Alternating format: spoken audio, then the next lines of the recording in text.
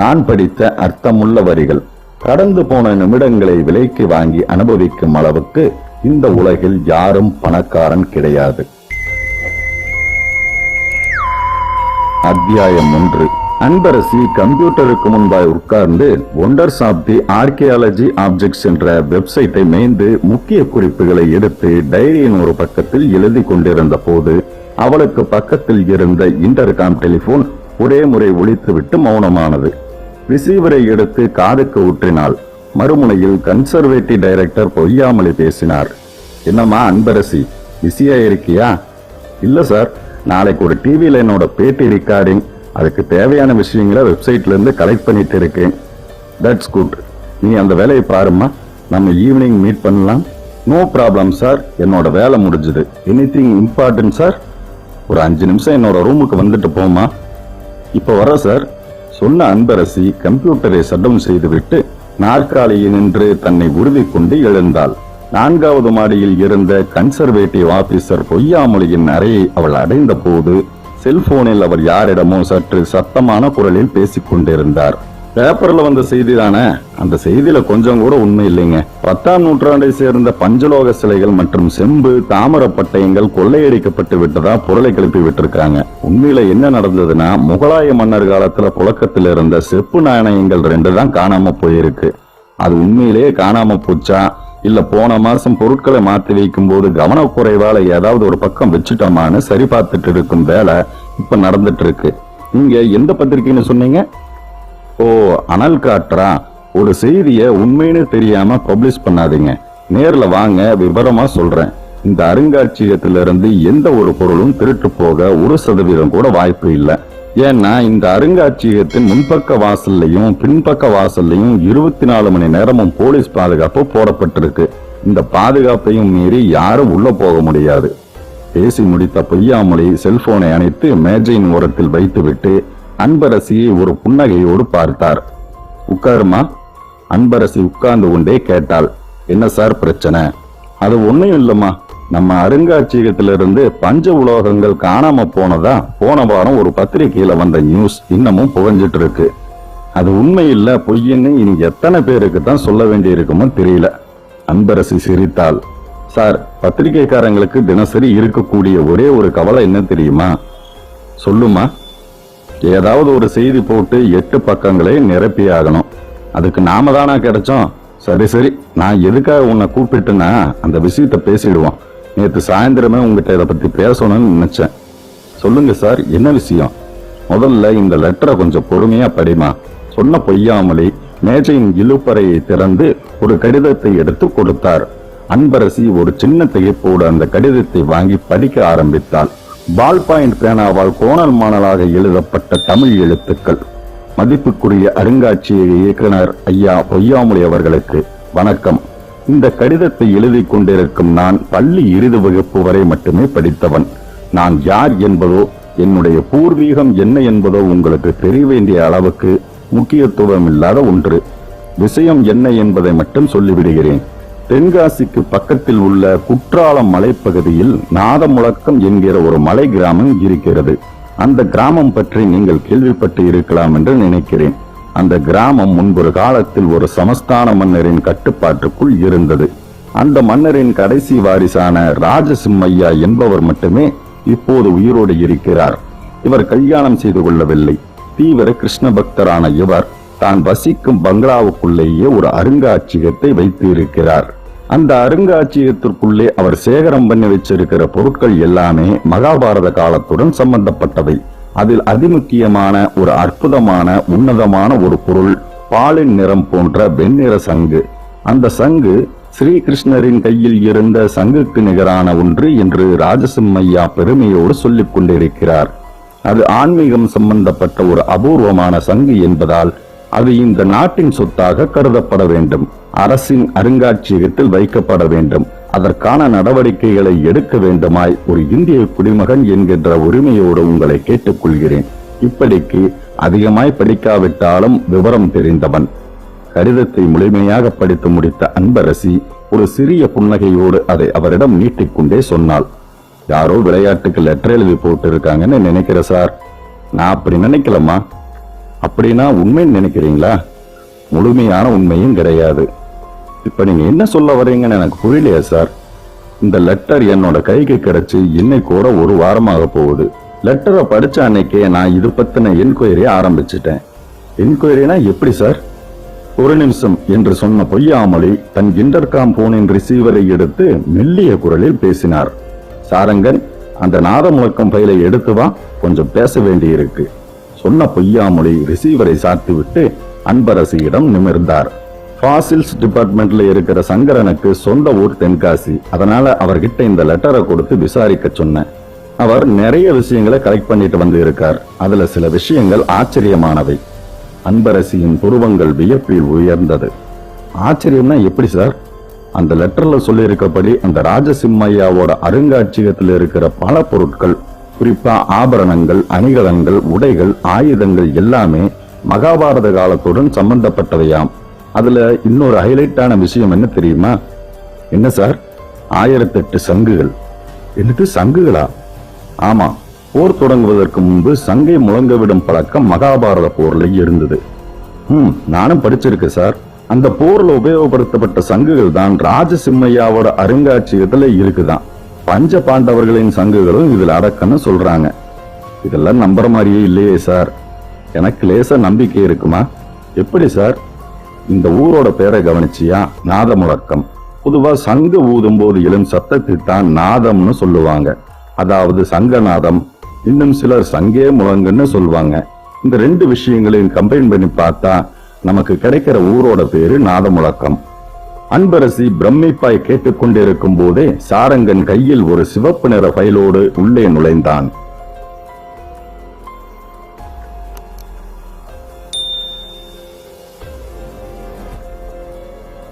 அர்த்தமுள்ள வரிகள்.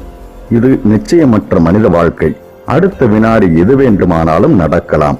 அழுது கொண்டிருப்பவன் சிரிக்கலாம், சிரித்துக் கொண்டிருப்பவன் அழலாம். ஏனெனில் கன நேரங்களில் எல்லாம் உலகம் மாற்றமடைந்து கொண்டே இருக்கிறது. நாம் எவ்வளவு நாட்கள் வாழ்வோம் என்பதில் கூட எந்த நிச்சயமும் இல்லை. இதில் நானே பெரியவன் என்று நினைத்துக் கொண்டு இருப்பதில் எந்த விதமான பிரயோஜனமும் இல்லை. இன்னும் 2 தலைமுறைகள் சென்றால் நம்மை யாரென்று யாருக்குமே தெரியாது. இது ஒரு அற்பமான நீர்க்குமிழி போன்ற மனித வாழ்வு.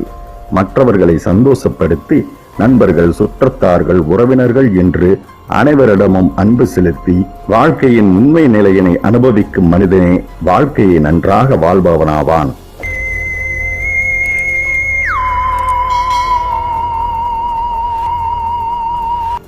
அத்தியாயம் 2. வாங்க சாரங்கன். பொய்யாமொழி தனக்கு எதிரே இருந்த காலியான இருக்கையை காட்ட அந்த 30 வயது சாரங்கன் ஒரு நன்றியை சொல்லிவிட்டு உட்கார்ந்தான். அன்பரசிக்கு ஒரு புன்னகையை கொடுத்தபடி கேட்டான். சார், எல்லாத்தையும் சொன்னாரா? சொன்னார். இதையெல்லாம் எப்படி நம்புறதுன்னு யோசனை பண்ணியிருப்பியே? யோசனை என்ன, தீர்மானமே பண்ணிட்டேன். மகாபாரத காலத்து சங்கதிகள் இன்னும் இருக்குமா என்ன? அதுவும் இல்லாம மகாபாரத சம்பவங்கள் உண்மையா பொய்யான்னு ஒரு விவாதமே போயிட்டு இருக்கு. அது உனக்கு தெரியுமா சாரங்கன்? சில விஷயங்களுக்கு என்னைக்குமே தீர்வு கிடையாது. நானும் உன்ன மாதிரி தான். நாத முழக்கம் சம்பந்தப்பட்ட இந்த கடிதத்தை யாரோ விளையாட்டுத்தனமா எழுதி போட்டு இருக்காங்கன்னு நினைச்சேன். ஆனா அதுல விஷயமும் இருக்குன்னு இப்பதான் தெரிஞ்சுக்கிட்டேன். இப்ப நீ என்ன சொல்ல வர்ற சாரங்கன்? தென்காசியில எனக்கு தெரிஞ்ச ஒரு சரித்திர பேராசிரியரை பார்த்தேன். அதோட என்னோட என்கொயரிய முதல்ல அவர்கிட்ட இருந்து தான் ஸ்டார்ட் பண்ணேன். இந்த லெட்டரை காட்டி இதுல சொல்லப்பட்டு இருக்க செய்திகள் உண்மையா இருக்குமான்னு கேட்டேன். அவர் என்ன சொன்னார் தெரியுமா? என்ன சொன்னார்? உண்மையா இருக்கலாம்னு சொன்னார். நாதமுழக்கம் கிராமம் சமஸ்தான மன்னர்களின் கட்டுப்பாட்டில் இருந்ததும், அவர்கள் எல்லோரும் கிருஷ்ணரின் பக்தர்களாக இருந்ததும், அவர்கள் சங்குகளை சேகரித்து வந்ததும் தனக்கு தெரியும்னு சொன்னார். சொன்னதோடு மட்டுமில்லை, அவர் எடுத்து வைத்திருந்த சில சங்குகளின் போட்டோக்களையும் காட்டினார். அது மாதிரி சங்குகளை நான் என் வாழ்நாளில் பார்த்ததே இல்லை. Very rare specimens. ஒவ்வொரு சங்குக்கும் ஒவ்வொரு பேர். நீயும் அதை பார்க்கணும். சொன்ன சாரங்கன் தன் கைகளில் வைத்து இருந்த ஃபைலை பிரித்து உள்ளே சேமித்து வைக்கப்பட்டிருந்த போட்டோக்களை காட்டினான். அன்பரசி அந்த போட்டோக்களை வாங்கி பார்த்தாள். எல்லாமே பழமையான புகைப்படிந்த மாதிரியான போட்டோக்கள். ஒவ்வொரு சங்கும் விதவிதமான கோணத்தில் வித்தியாசமாக தெரிந்தது. சாரங்கன் அந்த போட்டோக்களில் இருந்த ஒரு வெண்மையான சங்கை காட்டியபடியே சொன்னான். அன்பரசி, இப்ப நான் சொல்ல போறது கதையோ கட்டுரையோ கிடையாது. இப்ப நீ போட்டோவோட பார்த்துட்டு இருக்கே இந்த வெண்மையான சங்கு, இது பாஞ்சஜன்யம் சங்குக்கு இணையானது. இது ஒரு மகத்தான சக்தி படைத்த வலம்புரி சங்கு. 1000 சிப்பிகளுக்கு இடையில ஒரு இடம்புரி சங்கு தோன்றுமாம். அதே போல 1000 இடம்புரி சங்குகளுக்கு மத்தியில ஒரு வலம்புரி சங்கு பிறப்பெடுக்குமாம். இவற்றை போலவே 1000 வலம்புரி சங்குகளுக்கு மத்தியில் சஞ்சலனம் என்ற ஒரு அபூர்வ வகையான சங்கு உதயமாகும். இந்த சங்குகளின் பிறப்பின் உச்சகட்டமாக 1000 சஞ்சலனம் சங்குகளுக்கு மத்தியில ஒரே ஒரு பாஞ்சஜன்யம் என்ற சக்தி மிக்க அதி அபூர்வமான சங்கு அவதரிக்கும். அப்படிப்பட்ட பல நிலைகளை கடந்த உச்சகட்ட தோற்றமான பாஞ்சஜன்யம் சங்குதான் கிருஷ்ண பரமாத்மாவிட்ட இருந்தது. சாரங்கன் பேச பேச அன்பரசியின் உதடுகளில் ஒரு இளநகை அரும்பியது. அவன் கேட்டான், என்ன சிரிக்கிற? கிருஷ்ண பரமாத்மாவோட கையில இருந்த சங்கு இதான சொல்ல வர்றியா? நான் அப்படி சொல்லல, பின்ன அது மாதிரியான வகையைச் சேர்ந்த சங்கு இதுன்னு சொல்ல வர்றேன். அதுவும் நான் சொல்லல, அந்த ஹிஸ்டரி ப்ரொஃபசர் சொன்னதுதான். It's okay. இப்ப நம்ம என்ன பண்ண போறோம்? பொய்யாமலை குறுக்கிட்டார். அதை பற்றி பேசத்தாம உன்னை கூப்பிட்டேன். இந்த நாத முழக்கம் விஷயம் ஒரு முக்கியமான ப்ராஜெக்ட். இதை ஆய்வு பண்ணி எனக்கு ஒரு ரிப்போர்ட் தரணும். இந்த ப்ராஜெக்டை பண்ண போறது யார் தெரியுமா? நீ, சாரங்கன், அப்புறம் ஆந்த்ரோபாலஜிஸ்ட் கௌஷிக். கௌஷிக் இதை பத்தி தெரியுமா சார்? நான் ஏற்கனவே கௌஷிக் கிட்ட இதை பத்தி டிஸ்கஸ் பண்ணிட்டேமா. He is very much interested in this matter. நீங்க 2 பேரும் இதை பத்தி அவர்கிட்ட பேசி பாருங்க. இன்னும் சில விஷயங்கள் உங்களுக்கு பிடிபடலாம். இன்னைக்கே பேசுறோம் சார். கௌஷிக் இப்போ அவரோட ரூம்ல தானே இருப்பார். ஆமாமா. அன்பரசியும் சாரங்கனும் எழுந்தார்கள். பொய்யாமொழியிடம் விடைபெற்றுக் கொண்டு வெளியே வந்து பக்கவாட்டில் வளைந்து போன மாடிப்படிகளில் ஏறினார்கள். சாரங்கன் கேட்டான், இந்த ப்ராஜெக்ட பத்தி என்ன நினைக்கிற அன்பரசி? சாரங், உண்மையை சொல்லட்டுமா? இதெல்லாம் வேண்டாத வேலை. இதுக்கு பதிலாய் என்று அவள் சொல்லும் போதே இடையில் குறுக்கிட்ட சாரங்கன், நம்ம காதலை டெவலப் பண்ணலான்னு சொல்றியா என்றான். டேய், இப்ப நம்ம டியூட்டியில இருக்கோம். No love matter. வாங்குற சம்பளத்துக்கு வேலை பார்ப்போம். என்னோட அப்பா நேத்து ராத்திரி 11 மணிக்கு போன் பண்ணி கோயம்புத்தூர்ல இருந்து ஒரு ஜாதகம் வந்திருக்கு, பார்க்கவான்னு கேட்கிறாரு. இனிமேலும் நம்ம கல்யாண மேட்டரை டிவி சீரியல் மாதிரி இழுத்துட்டு இருக்க முடியாது. நம்ம உடனடியா ஏதாவது முடிவுக்கு வரணும். இல்லைன்னா என்னோட அம்மாவும் அப்பாவும் ஆன்லைன்லயே எனக்கு கல்யாணத்தை முடிச்சிடுவாங்க போல இருக்கு. மாடிப்படிகளில் ஏறிக்கொண்டிருந்த அன்பரசி சட்டென்று நின்று அவனை முறைத்தாள். சாரங், உனக்கு எத்தனை வாட்டி சொல்லியிருக்கேன், என்னோட அம்மா ஒரு சாமி பைத்தியம், அப்பா ஒரு ஜோதிட பைத்தியம். இன்னும் 1 வருஷத்துக்கு கல்யாண பேச்சையே எடுக்கக்கூடாதுன்னு ஒரு சாமியாரும் ஒரு ஜோசியரும் ஸ்ட்ராங்கா சொல்லிட்டு போயிட்டாங்கன்னு அம்மாவும் அப்பாவும் வாயை திறக்காம இருக்காங்க. இந்த நேரத்துல போய் நம்ம லவ்வை டிக்ளேர் பண்ணி ஏன் பிரச்சனையை கிளப்பணும்னு பாக்குறேன். 1 வருஷம் முடியட்டும். அது வரைக்கும் நீ கொஞ்சம் பொறுமையா இருக்கணும் சாரங். அன்பரசி, நான் எதுக்கு சொல்ல வர்றேன்னா, நீ ஒன்னும் டைம் டேபிள் போட வேண்டாம். முதல்ல இந்த நாத முழக்கம் ப்ராஜெக்ட முடிப்போம். சொன்ன அன்பரசி மாடிப்படிகளில் ஏற ஆரம்பித்து விட சாரங்கனும் மௌனமாகி அவளை பின்தொடர்ந்தான். அடுத்த 1 நிமிஷ நடையில் ஆந்த்ரோபாலஜிஸ்ட் கௌஷிக் அறை ஃபைல்கள் அடுக்கி வைக்கப்பட்டிருந்த நிறைய அலமாரிகளோடு தெரிய கம்ப்யூட்டருக்கு முன்பாய் கௌஷிக் உட்கார்ந்து இருந்தான். 30 வயது இளைஞன். முகம் முழுவதும் புன்னகையில் இருந்தது. வாங்க, இப்பதான் டைரக்டர் போன் பண்ணார். என்ன கௌஷிக், இந்த சங்கு விவகாரத்தை எல்லாம் நீயும் நம்பர் போல இருக்கு. அன்பரசி சிரிக்க அவன் தனக்கு முன்பாய் இருந்த நாற்காலிகளை காட்டினான். முதல்ல உட்காருங்க. உட்கார்ந்தார்கள். நம்ப வேண்டி இருக்கு அன்பரசி. சரி, நீ என்ன கதை சொல்ல போற? நான் கதையெல்லாம் சொல்ல போறதில்ல. பின்ன உங்க 2 பேருக்கும் ஒரு வீடியோ காட்சியை காட்ட போறேன். அதை பார்த்துட்டு அதுக்கப்புறமா நீ உன்னோட ஒப்பீனியனை சொல்லலாம். என்ன வீடியோ அது? 1 நிமிஷம் சொன்னவன் கம்ப்யூட்டரை ஆன் செய்து விட்டு ஒரு பென்டிரைவை சுருகிவிட்டு கிளிக் செய்தான். கம்ப்யூட்டரின் மானிட்டர் திரையில் சில சிவப்பு புள்ளிகள் உற்பத்தியாகி an awesome video என்கிற எழுத்து வார்த்தையாய் மாறியது. இந்த வீடியோ காட்சியை பார்த்துட்டே இருங்க, கூட ஒரு ஆடியோ வாய்ஸும் கேட்கும். சாரங்கனும் அன்பரசியும் அந்த வீடியோ காட்சியை ஆர்வமாக பார்க்க ஆரம்பித்தார்கள்.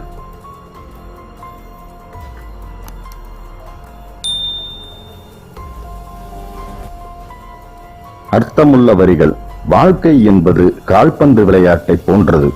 நாம் வெற்றிகரமாக கோல் அடிக்க 10 பேர் உதவி செய்வார்கள். ஆனால் 11 பேர் அதை தடுப்பார்கள். அந்த எதிர்ப்பையும் மீறி வெற்றி பெறுவதுதான் நமது திறமை.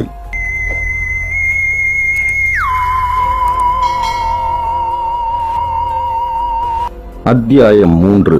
அன்பரசியும் சாரங்கனும் பார்த்து கொண்டிருக்கும் போதே வீடியோவும் ஆடியோவும் ஒரே நேரத்தில் உயிர் பிடித்தது. இருட்டில் ஒரு காட்டுப் பகுதி தெரிய கேமராவின் கோணம் மெல்ல மெல்ல நகர்ந்து பெரிய பெரிய மரங்களையும் குற்றுச்செடிகளையும் காட்டிக்கொண்டே போனது. இப்போது நீங்கள் பார்த்து கொண்டிருப்பது குற்றாலத்திற்கு பக்கத்தில் உள்ள நாதமுழக்கம் என்கிற காட்டுப்பகுதி. இது ஒரு அடர்த்தியான காடு கிடையாது. ரப்பர் மரங்களும் தேக்கு மரங்களும் மனிதர்களால் பராமரிக்கப்பட்டு வருவதால் இங்கே மிருகங்கள் வருவதில்லை. முன்பொரு காலத்தில் சமஸ்தான மன்னர்களின் கட்டுப்பாட்டிற்குள் இருந்த இந்த கிராமம் இப்போது தமிழக அரசின் கட்டுப்பாட்டுக்குள் இருக்கிறது. பெரும்பாலும் மலைவாசிகள் வாழ்கிற கிராமம் இது. நாதமுழக்கம் சமஸ்தானத்து மன்னர்கள் தங்களை மகாபாரத காலத்து வாரிசுகளாக சொல்லிக் கொள்கிறார்கள்.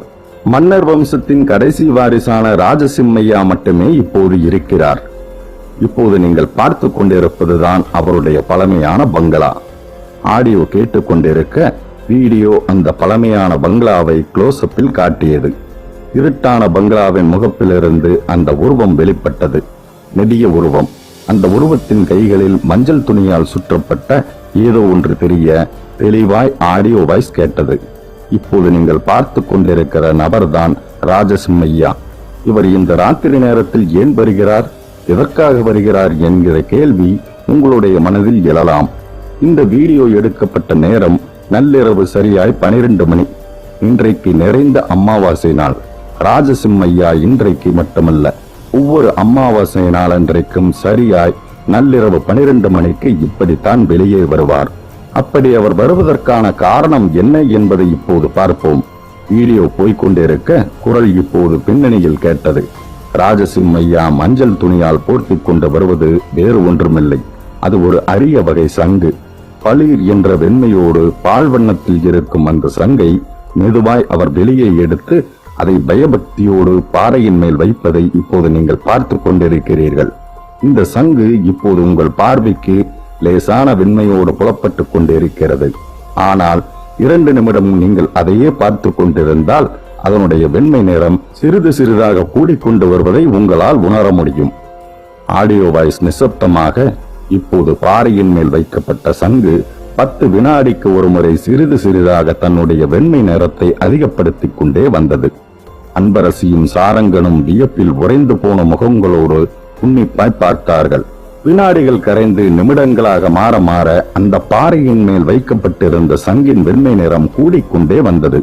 பாறையும் அதனை சுற்றியிருந்த பகுதிகளும் நன்றாக தெளிவாக புலப்பட அன்பரசி வாவ் என்றாள்.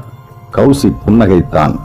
இன்னும் 5 நிமிஷத்துல பாருங்க, சங்கை சுற்றிலும் இருக்கிற 100 மீட்டர் தூரம் பரப்பளவில் இருக்கிற எல்லா பொருட்களும் துல்லியமாக தெரியும்.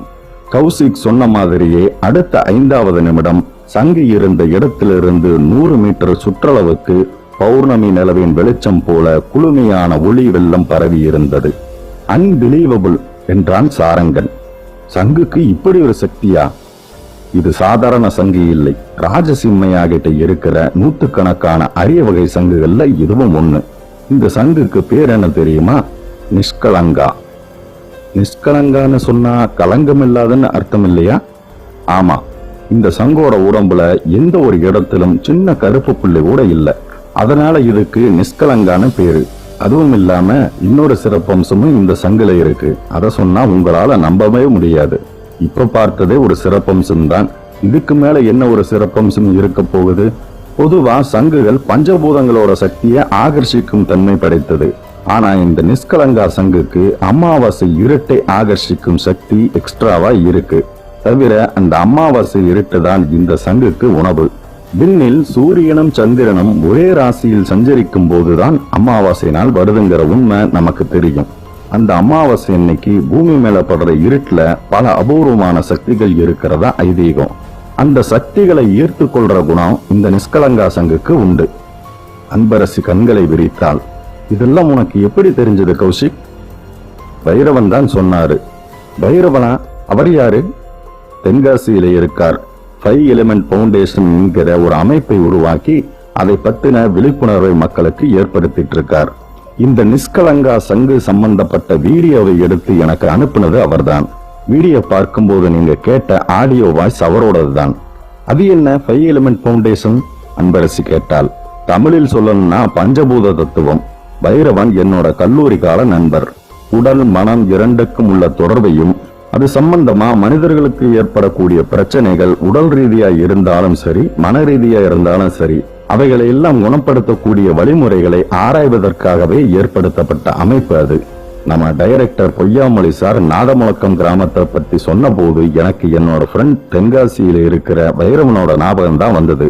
உடனே புறப்பட்டு போய் அவரை பார்த்தேன்.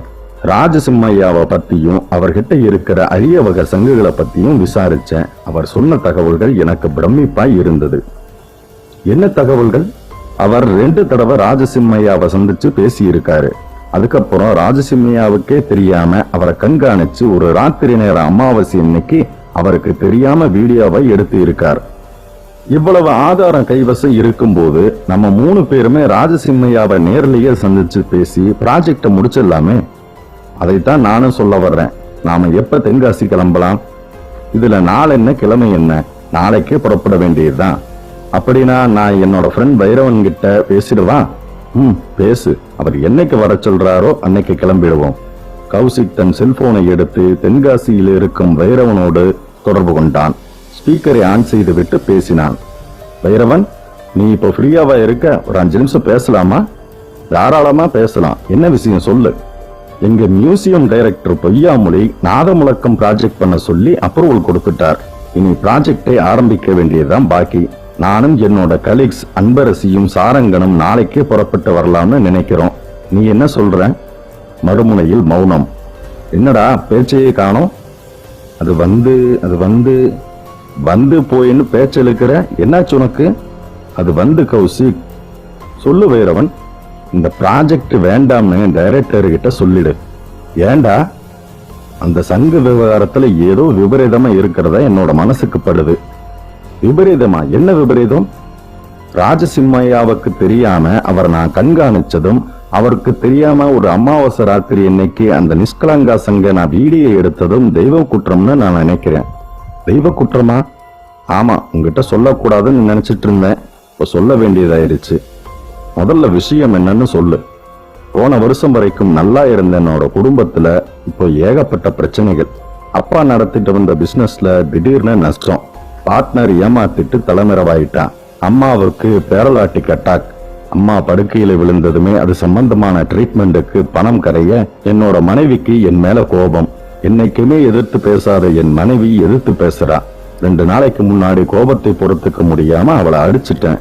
அதை காரணமா வச்சு குழந்தைகளையும் தூக்கிட்டு அம்மா வீட்டுக்கு போயிட்டான். இன்னைக்கு காலையில நான் அவளோட அம்மா வீட்டுக்கு போய் சமாதானம் பண்ண எடுத்துக்கிட்ட முயற்சிகளும் பலன் தரல. என்னோட அம்மா உயிரோட இருக்கிற வரைக்கும் அவ என் வீட்டு வாசப்படி ஏற மாட்டாளாம். கல்யாணமான நாள்ல இருந்து என் மனைவி இப்படி எல்லாம் பேசி நான் பார்த்ததே இல்லை. என்னோட அம்மாவை மாமியார் என்கிற கண்ணோட்டத்தோட பார்க்காம ஒரு அம்மாவை போல நடத்தின அவளோட பேச்சும் நடவடிக்கையும் எனக்கு அதிர்ச்சியா இருக்கு. கௌசிக் குறுக்கிட்டு பேசினான். பைரவன், நீ இப்ப சொன்ன விஷயங்களை கேட்கும் போது என்னுடைய மனசுக்கும் கஷ்டமா தான் இருக்கு. ஆனா உனக்கு நடந்த இந்த சம்பவங்களுக்கும் அந்த சங்குக்கும் ஏதாவது சம்பந்தம் இருக்குன்னு நீ நினைக்கிறது தப்பு. இதுல தெய்வ குத்தம் என்ன இருக்கு? அது ஒரு புனிதமான சங்கு. கிருஷ்ண பரமாத்மாவின் கையில் இருந்த பாஞ்சன்யம் சங்குக்கு இணையானது அது. நான் அதை ஒரு ஆராய்ச்சிக்குரிய பொருளாய் பார்த்ததும், ராஜசிம்மையாவுக்கு தெரியாம வீடியோ எடுத்ததும் பெரிய தப்பு.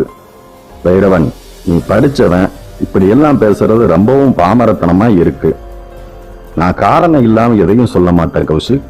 நான் செஞ்சது தெய்வ குற்றம்னு தான் அந்த தெய்வமே எனக்கு தெளிவா சொல்லிடுச்சு. என்னது? அந்த தெய்வமே வந்து சொல்லிடுச்சா? ஆமா. என்ன உளர்ற? நான் உளரல கௌஷிக். போன வார சனிக்கிழமை மகா பிரதோஷம். கோவிலுக்கு போனா மனசுக்கு கொஞ்சம் நிம்மதியா இருக்குன்னு நினைச்சு பக்கத்துல இருக்கிற கோட்டை ஈஸ்வரன் கோயிலுக்கு போனேன். சரியான கூட்டம். கும்பல் கொஞ்சம் குறையிட்டுமேன்னு நினைச்சு கோவில் மண்டபத்துக்குள்ள இருந்த ஒரு தூண்ல சாஞ்சு உட்கார்ந்துட்டு இருந்தேன். அதே மண்டபத்துல கொஞ்சம் தள்ளி காவி வேட்டி கட்டிய பெரியவர் ஒருவர் உட்கார்ந்து ஏதோ புஸ்தகம் படிச்சுட்டு இருந்தாரு. 1/2 மணி நேரம் கழிச்சு கூட்டம் கொஞ்சம் கொஞ்சமா குறைஞ்சதும் நான் சாமி தரிசனம் பண்ணலான்னு எழுந்தேன். அந்த சமயத்துல அந்த பெரியவர், தம்பி ஒரு நிமிஷம் இங்க வந்துட்டு போங்க அப்படின்னு சொன்னாரு. நானும் போனேன். அவர் புன்சிரிப்போடு பார்த்தபடி உட்காரு தம்பி என்றார்.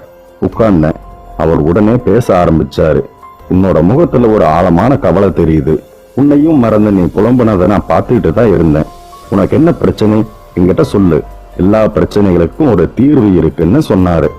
நானும் என்னோட மனபாரத்தை இறக்கி வைக்கிறதுக்காக அவர்கிட்ட வீட்டுல நடந்துட்டு இருக்கிற பிரச்சனைகளை சொன்னேன். அவர் எல்லாத்தையுமே கேட்டுட்டு ஒரு வினாடி கண்மூடி யோசனையா இருந்தாரு. அதுக்கப்புறம் அவர் என்ன சொன்னார் தெரியுமா? என்ன சொன்னார்? உனக்கு திடீர்னு அடுக்கடுக்கா வந்த பிரச்சனைகளுக்கு காரணம் நீ பண்ணின ஒரு தெய்வ குத்தம் தான். அந்த தெய்வ குற்றம் மன்னிக்கப்படணும்னா நீ ஒரு பரிகாரம் ஒண்ண பண்ணணும். அந்த பரிகாரம் வேற ஒண்ணும் இல்ல. வர்ற பௌர்ணமி அன்னைக்கு இதே சிவன் கோவில்ல 108 சங்குகளை வச்சு தாமரை இதழ்களால சங்கு பூஜை பண்ணணும். அப்படி பண்ணிட்டா அடுத்த நாள்ல இருந்து உன்னோட பிரச்சனைகள் காணாமல் போக ஆரம்பிக்குன்னு சொன்னார். கௌசிக் மௌனமாக இருந்தான். என்ன கௌசிக், பேச்சையை காணோம்? எனக்கு என்ன சொல்றதுனே தெரியல. அதாவது நீ நம்பலைன்னு எனக்கு தெரியுது. ஆனா எனக்கு இதுல ஒரு நம்பிக்கை இருக்கு. ஒரு கஷ்டம் தீரணும்னா எத்தனையோ பரிகாரம் இருக்கும் போது அந்த பெரியவர் ஏன் சங்கு பரிகார பூஜையை பத்தி சொல்லணும்? வைரவன், இது ஒரு கோஇன்சிடென்டா கூட இருக்கலாம் இல்லையா? எனக்கு அப்படி தோணல கௌசிக். இனிமே அந்த சங்கு விவகாரமே எனக்கு வேண்டாம். மேற்கொண்டு இது விஷயமா என்ன கான்டாக்ட் பண்ணாதே. மறுமுனையில் ரிசீவரை வைத்து விட்டான் வைரவன்.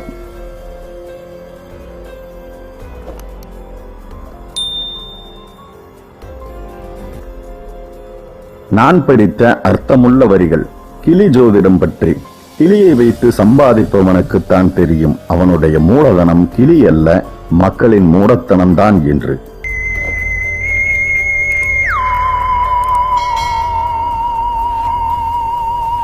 அத்தியாயம் 4. அறைக்குள் பலத்த நிசப்தம் நிலவிக் கொண்டிருக்க கன்சர்வேட்டிவ் இயக்குனர் பொய்யாமொழி தனக்கு எதிரில் உட்கார்ந்திருந்த அன்பரசி, சாரங்கன், கௌஷிக் 3 பேரையும் ஓர் ஆழமான பார்வையால் ஊடுருவிக் கொண்டே கேட்டார். ராஜசிம்மையாவை போய் பார்க்கிறதும் அவர்கிட்ட இருக்கிற நிஷ்கலங்கா உட்பட பல்வேறு அரிய வகை சங்குகளை பற்றி விசாரிக்கிறதும் தெய்வ குத்தம்னு வைரவன் சொன்னது சரிதானே நீங்க நினைக்கிறீங்களா? கௌசிக் சொன்னான். நாங்க அப்படி நினைக்கல சார். சோ நீங்க 3 பேரும் நாதமுழக்கம் கிராமத்துக்கு போய் ராஜசிம்மையாவை பார்த்து பேச பயப்படல. இதுல பயப்பட என்ன சார் இருக்கு? வைரோனுக்கு ஏற்பட்ட பிரச்சனைகள் தமிழ்நாட்டில் இருக்கிற பல குடும்பங்கள்ல ஏற்பட்டிருக்கு. நான் தெய்வத்தை நம்புறேன். ஆனா தெய்வ குற்றம்னு எதுவும் இல்லை. ஒரு அமாவாசை நாள்ல நிஷ்கலங்கா சங்க வீடியோவா எடுத்ததும் அதை ஆராய்ச்சிக்கு உரிய பொருளா நினைச்சதும் தப்புன்னு வைரவன் நினைச்சு எங்களுக்கு உதவி பண்ண மறுத்துட்டான்.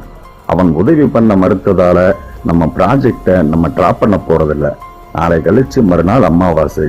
ஒவ்வொரு அமாவாசை நாளன்னைக்கும் நடுராத்திரி 12 மணிக்கு ராஜசிம்மையா நிஷ்கலங்கா சங்க வெளியே கொண்டு வந்து வீட்டுக்கு பக்கத்துல இருக்கிற பாறை திட்டுல வைக்கிறது வழக்கம். அந்த சமயத்துல நாங்க 3 பேரும் அங்கே இருந்து ராஜசிம்மையாவோட நடவடிக்கைகளையும் அந்த சங்கோட அற்புதமான அதிசயம் உண்மைதானும் கண்காணிக்க போறோம். பொய்யாமொழியின் பார்வை அன்பரசியின் பக்கம் திரும்பியது. நீ என்னம்மா சொல்ற? அன்பரசியின் உதடுகளில் ஒரு புன்னகை பரவி நின்றது. சார், என்னை பற்றி உங்களுக்கு நல்லாவே தெரியும். என்னுடைய ஃபேமிலியில எல்லாருக்கும் கடவுள் நம்பிக்கை இருக்கு. ஆனா எனக்கு மட்டும் இந்த கோவில், குளம், சாமி, பூஜை, புனஸ்காரம் போன்றவைகளில் நம்பிக்கை கிடையாது. நாதமுழக்கம் என்கிற கிராமம் இருக்கிறது உண்மை. அங்கே ராஜசிம்மையான ஒருத்தர் இருக்கிறதும் உண்மை. அவர்கிட்ட அரிய வகை சங்குகள் இருக்கிறதும் அதுல ஒண்ணு நிஷ்கலங்கா சங்கு என்பதும் உண்மை. அதை பத்தின ப்ராஜெக்ட் தான் இது. இதுல எந்தவித தெய்வ குற்றமும் இருக்கிற மாதிரி எனக்கு தெரியல. நாங்க 3 பேரும் இந்த ப்ராஜெக்ட வெற்றிகரமா முடிக்கிறோம். அன்பரசி பேசி முடித்ததும் சாரங்கன் தொடர்ந்தான். சார், இந்த விஷயத்துல என்னோட நிலைப்பாடு இதுதான். ராஜசிம்மையாவை நாதமுழக்கம் கிராமத்துக்கு போய் நேரடியா சந்திக்கிறத காட்டிலும் அமாவாசை அன்னைக்கு அவர் ராத்திரி நேரத்துல நிஷ்கலங்கா சங்க வச்சுக்கிட்டு அவர் என்ன பண்றாருன்னு தெரிஞ்சுக்கிட்டு ப்ராஜெக்ட் ஆரம்பிக்கிறதான் சரியா இருக்குன்னு நினைக்கிறேன். பொய்யாமொழி இப்போது பெரிதாக மலர்ந்தார். நீங்க 3 பேருமே இந்த விஷயத்துல இவ்வளவு ஆர்வம் காட்டுறது எனக்கு சந்தோஷமா இருக்கு. புறப்படுறதுக்கான எல்லா விதமான ஏற்பாடுகளையும் பண்ணிட்டு என்னை வந்து பாருங்க. நிஷ்கலங்கா ப்ராஜெக்ட பற்றி மறுபடியும் பேசுவோம். எஸ் சார் என்று 3 பேரும் எழுந்தார்கள். பொய்யாமொழியிடம் விடைபெற்றுக் கொண்டு வெளியே வந்தார்கள். கௌசிக் கேட்டான். அன்பரசி, நாளைக்கு நீ எந்த டிவிக்கு பேட்டி கொடுக்க போற? Wonder TV. என்ன டாபிக்?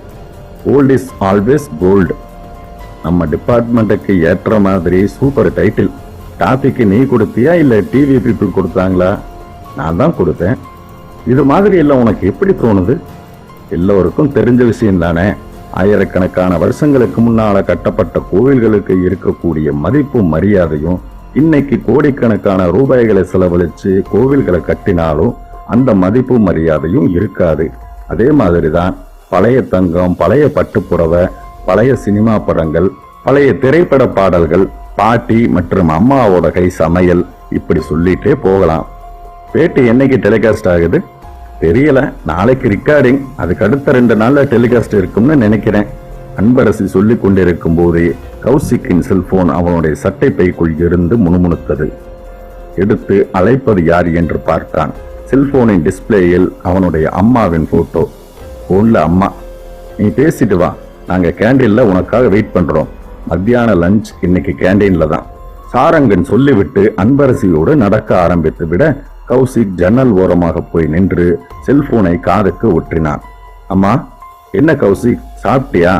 இல்லம்மா, இனிமேதான். இப்பதான் டைரக்டரோட ஒரு மீட்டிங்கை முடிச்சிட்டு வெளியே வந்தேன். வந்ததும் உன்னோட போன். என்னம்மா, என்ன விஷயம்? அது வந்து என்னம்மா குரலை இழுக்கிற? நம்ம சுகிர்தாவை பெண் பார்த்துட்டு போன மாப்பிள்ளை வீட்டுக்காரங்க 5 நிமிஷத்துக்கு முந்தி போன் பண்ணி என் கூட பேசினாங்க. என்ன சொன்னாங்க? நான் சொல்றத கேட்டு நீ டென்ஷன் ஆயிடாதே கௌசிக். பையனுக்கு நம்ம சுகிர்தாவை பிடிக்கலையா? போன வாரம் பெண் பார்க்க வந்தப்ப சுகிர்தாவை தனக்கு பிடிச்சிருக்கிறதா சொன்னானே. நானும் இதே கேள்வியைத்தான் பையனோட அப்பா கிட்ட கேட்டேன். அவர் என்ன சொன்னார்? 2 நாளைக்கு முன்னாடி அவரோட பையன் நம்ம சுகிர்தாவை கோவிலுக்கு போகும்போது வழியில எதேர்ச்சியா பார்த்திருக்கான். சுகிர்தா ரொம்பவும் கருப்பா இருக்கிறதா ஃபீல் பண்ணி வீட்டுல போய் சொல்லி இருக்கான். சுகிர்தா கருப்புன்னு தெரிஞ்சுதானே அந்த பையன் பெண் பார்க்க வர ஒத்துக்கிட்டான். எல்லாம் சரிதான்டா கௌசிக். ஆனா இப்ப பையன் எனக்கு இந்த பொண்ணு வேண்டாம்னு சொல்லும் போது நாங்க என்ன பண்ண முடியும்னு அவர் கேட்கிறாரே. ஒரு பெரியவர் பேசுற பேச்சா இது? நான் இப்ப அவருக்கு போன் பண்ணி பேச போறேன். நீ அவருக்கு போன் பண்ணி பேசுறதால ஒரு பிரயோஜனமும் இல்லை. கல்யாண விஷயத்துல மட்டும் கன்வின்சிங் இருக்கக்கூடாது. உன்னோட தங்கச்சி சுகிர்தாவிற்கு இந்த விஷயம் டிராப் ஆனது தெரியாது. அவ இப்போ கம்ப்யூட்டர் கிளாஸுக்கு போயிருக்கா. வந்ததும் அவகிட்ட எப்படி சொல்லணுமோ அப்படி சொல்லிக்கிறேன். கௌசிக் பெருமூச்சு விட்டான். இந்த சம்பந்தம் எப்படியும் முடிஞ்சிடுன்னு நினைச்சேன். சரி விடுறா, புரோக்கர் கிட்ட சொல்லி வேற ஒரு நல்ல இடமா பார்க்க சொல்லலாம். இதை விட ஒரு நல்ல இடம் சுகிர்தாவுக்கு அமையும்னு எனக்கு தோணலம்மா. என்னமோ போதாத வேலை. 2 வருஷமா நாம நம்ம குலதெய்வம் கோயிலுக்கு போகவே இல்லை. அதனாலதான் இப்படி எல்லாம் இடைஞ்சல் வருது. இந்த மாசத்துக்குள்ள ஏதாவது ஒரு நாள் நம்ம குலதெய்வ கோயிலான சங்கமேஸ்வரர் கூடுதுறைக்கு போயிட்டு வந்துடணும். கௌசிக் லேசாக திடுக்கிட்டான். சங்கமேஸ்வரர் கூடுதுறை? என்னடா பேச்சையே காணோம், என்னாச்சு? ஓ, ஒண்ணுமில்லம்மா. நம்ம குலதெய்வம் சங்கமேஸ்வரர்னு தெரியும். அவருக்கு ஏன் அந்த பேர்னு நினைச்சேன். சங்கமேஸ்வரர்னா சங்குகளை மாலையா கோர்த்தவர்னு அர்த்தம். கௌசிக்கின் மனசுக்குள் லேசாக மறுச்சி பரவியது. அதை காட்டிக்கொள்ளாமல் இயல்பாக இருப்பவன் போல பேசினான். சரிம்மா, அடுத்த வாரத்துல ஒரு நாள் எல்லோரும் சேர்ந்து குலதெய்வம் கோயிலுக்கு போயிட்டு வந்துடலாம். பேசிவிட்டு விரல்கள் நடுங்க செல்போனை வைத்தான்.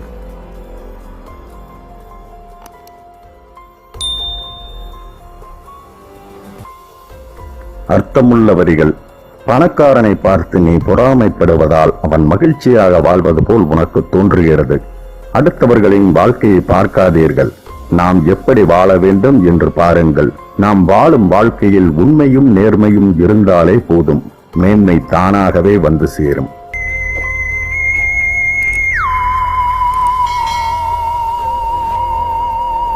அத்தியாயம் 5. கார் தென்காசியை நெருங்கிக் கொண்டிருந்தது. காரை சாரங்கன் ஓட்ட பக்கத்தில் கௌசிக், பின் சீட்டில் அன்பரசி உட்கார்ந்திருந்தார்கள். காரில் எஃப்எம் ரேடியோ ஒரு பழைய பாடலை இன்றைய சூழலுக்கு ஏற்ற மாதிரி பாடிக்கொண்டிருந்தது. நாளொரு மேடை பொழுதொரு நடிப்பு, அவன் பேர் மனிதனல்ல என்றது. சாரங்கன் சாலையில் கவனமாக இருந்தபடியே பேசினான். கௌசிக், உன்னோட ஃப்ரெண்ட் பைரவனை தென்காசியில 1 மணி நேரம் சந்திச்சு பேசிடலாம். அந்த பேச்சுவார்த்தை நமக்கு நாதமுழக்கம் ப்ராஜெக்டுக்கு உதவியாக இருக்கும். இதோ பார் சாரங்கன், பைரவன் எனக்கு ரொம்பவும் க்ளோஸ் ஃப்ரெண்டு தான். இருந்தாலும் அவன்கிட்ட நான் அதிகப்படியான உரிமை எடுத்துக்க முடியாது. அவன் இந்த நாதமுழக்கம் விஷயத்துல ரொம்பவுமே மிரண்டு போயிருக்கான். அவனை சந்திச்சு பேசுறதால ஒரு பிரயோஜனமும் கிடையாது. நாம பாட்டுக்கு போயிட்டு இருப்போம், சரியா? இதுக்கும் ஒரு தடவை போன் பண்ணி பாரேன். அவனுக்கு போன் பண்ணி பேசினா என்ன ஆகும் தெரியுமா? என்ன ஆகும்? இந்த நிமிஷம் வரைக்கும் நம்ம கிட்ட இருக்கிற மனோதைரியம் காணாம போயிரும். அன்பரசி குறுக்கிட்டு சொன்னாள். கௌஷிக், இனிமேல் இந்த ப்ராஜெக்ட் விஷயத்தை யாராலையும் தடுத்து நிறுத்த முடியாது. வைரவனுக்கு போன் பண்ணி ஃபார்மலா பேசி பாருங்க. பேசும்போது ஸ்பீக்கர் ஆன் பண்ணிட்டு பேசுங்க. அவர் என்ன பேசுறாருன்னு நாங்களும் கேட்கிறோம். கௌசிக் வேண்டா வெறுப்பாக தன்னுடைய செல்போனை எடுத்து பைரவனை தொடர்பு கொண்டு பேசினான். பைரவன், சொல்லு. நாங்க தென்காசிக்கு பக்கத்துல வந்துட்டோம். சரி, அதுக்கு என்ன இப்போ? என்னோட கலீக் சாரங்கன், அன்பரசி 2 பேரும் உன்னை பார்த்து பேச விரும்புறாங்க. எதுக்காக? நாதமுழக்கம் சம்பந்தமா அவங்களுக்கு சில டவுட்ஸ். சாரி கௌசிக், நான் பண்ணின தப்பை சரிப்படுத்த பரிகாரம் பண்ற முயற்சியில இருக்கேன். மறுபடியும் நான் அந்த தப்பை பண்ண விரும்பல. எனக்கு அந்த பிரச்சனையே வேண்டாம்.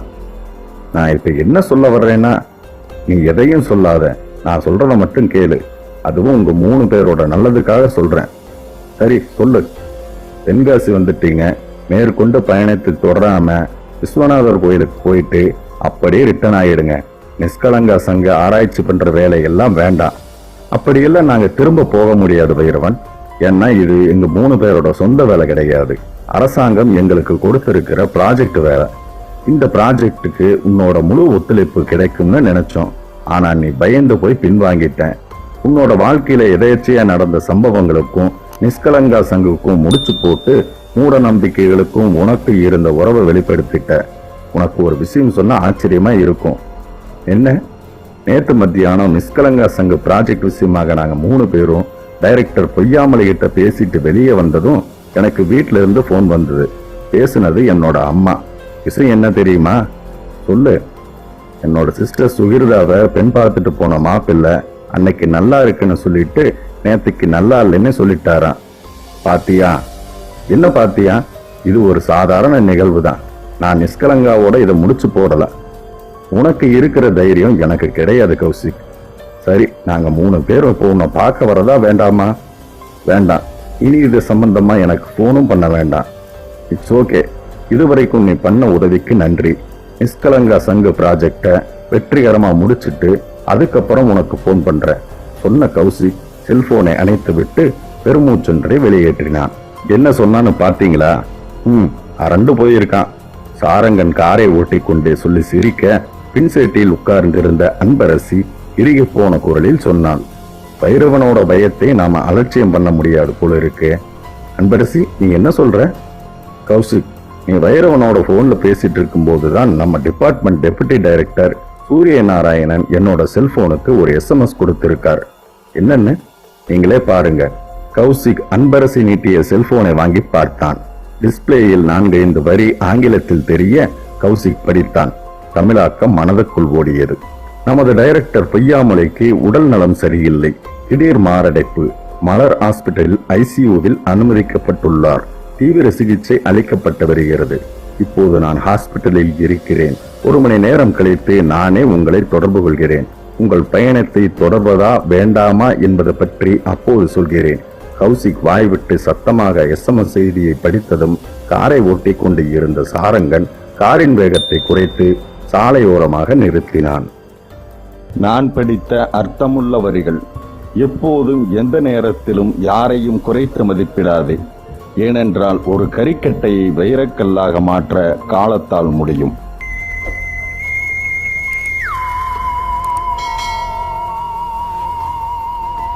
அத்தியாயம் 6.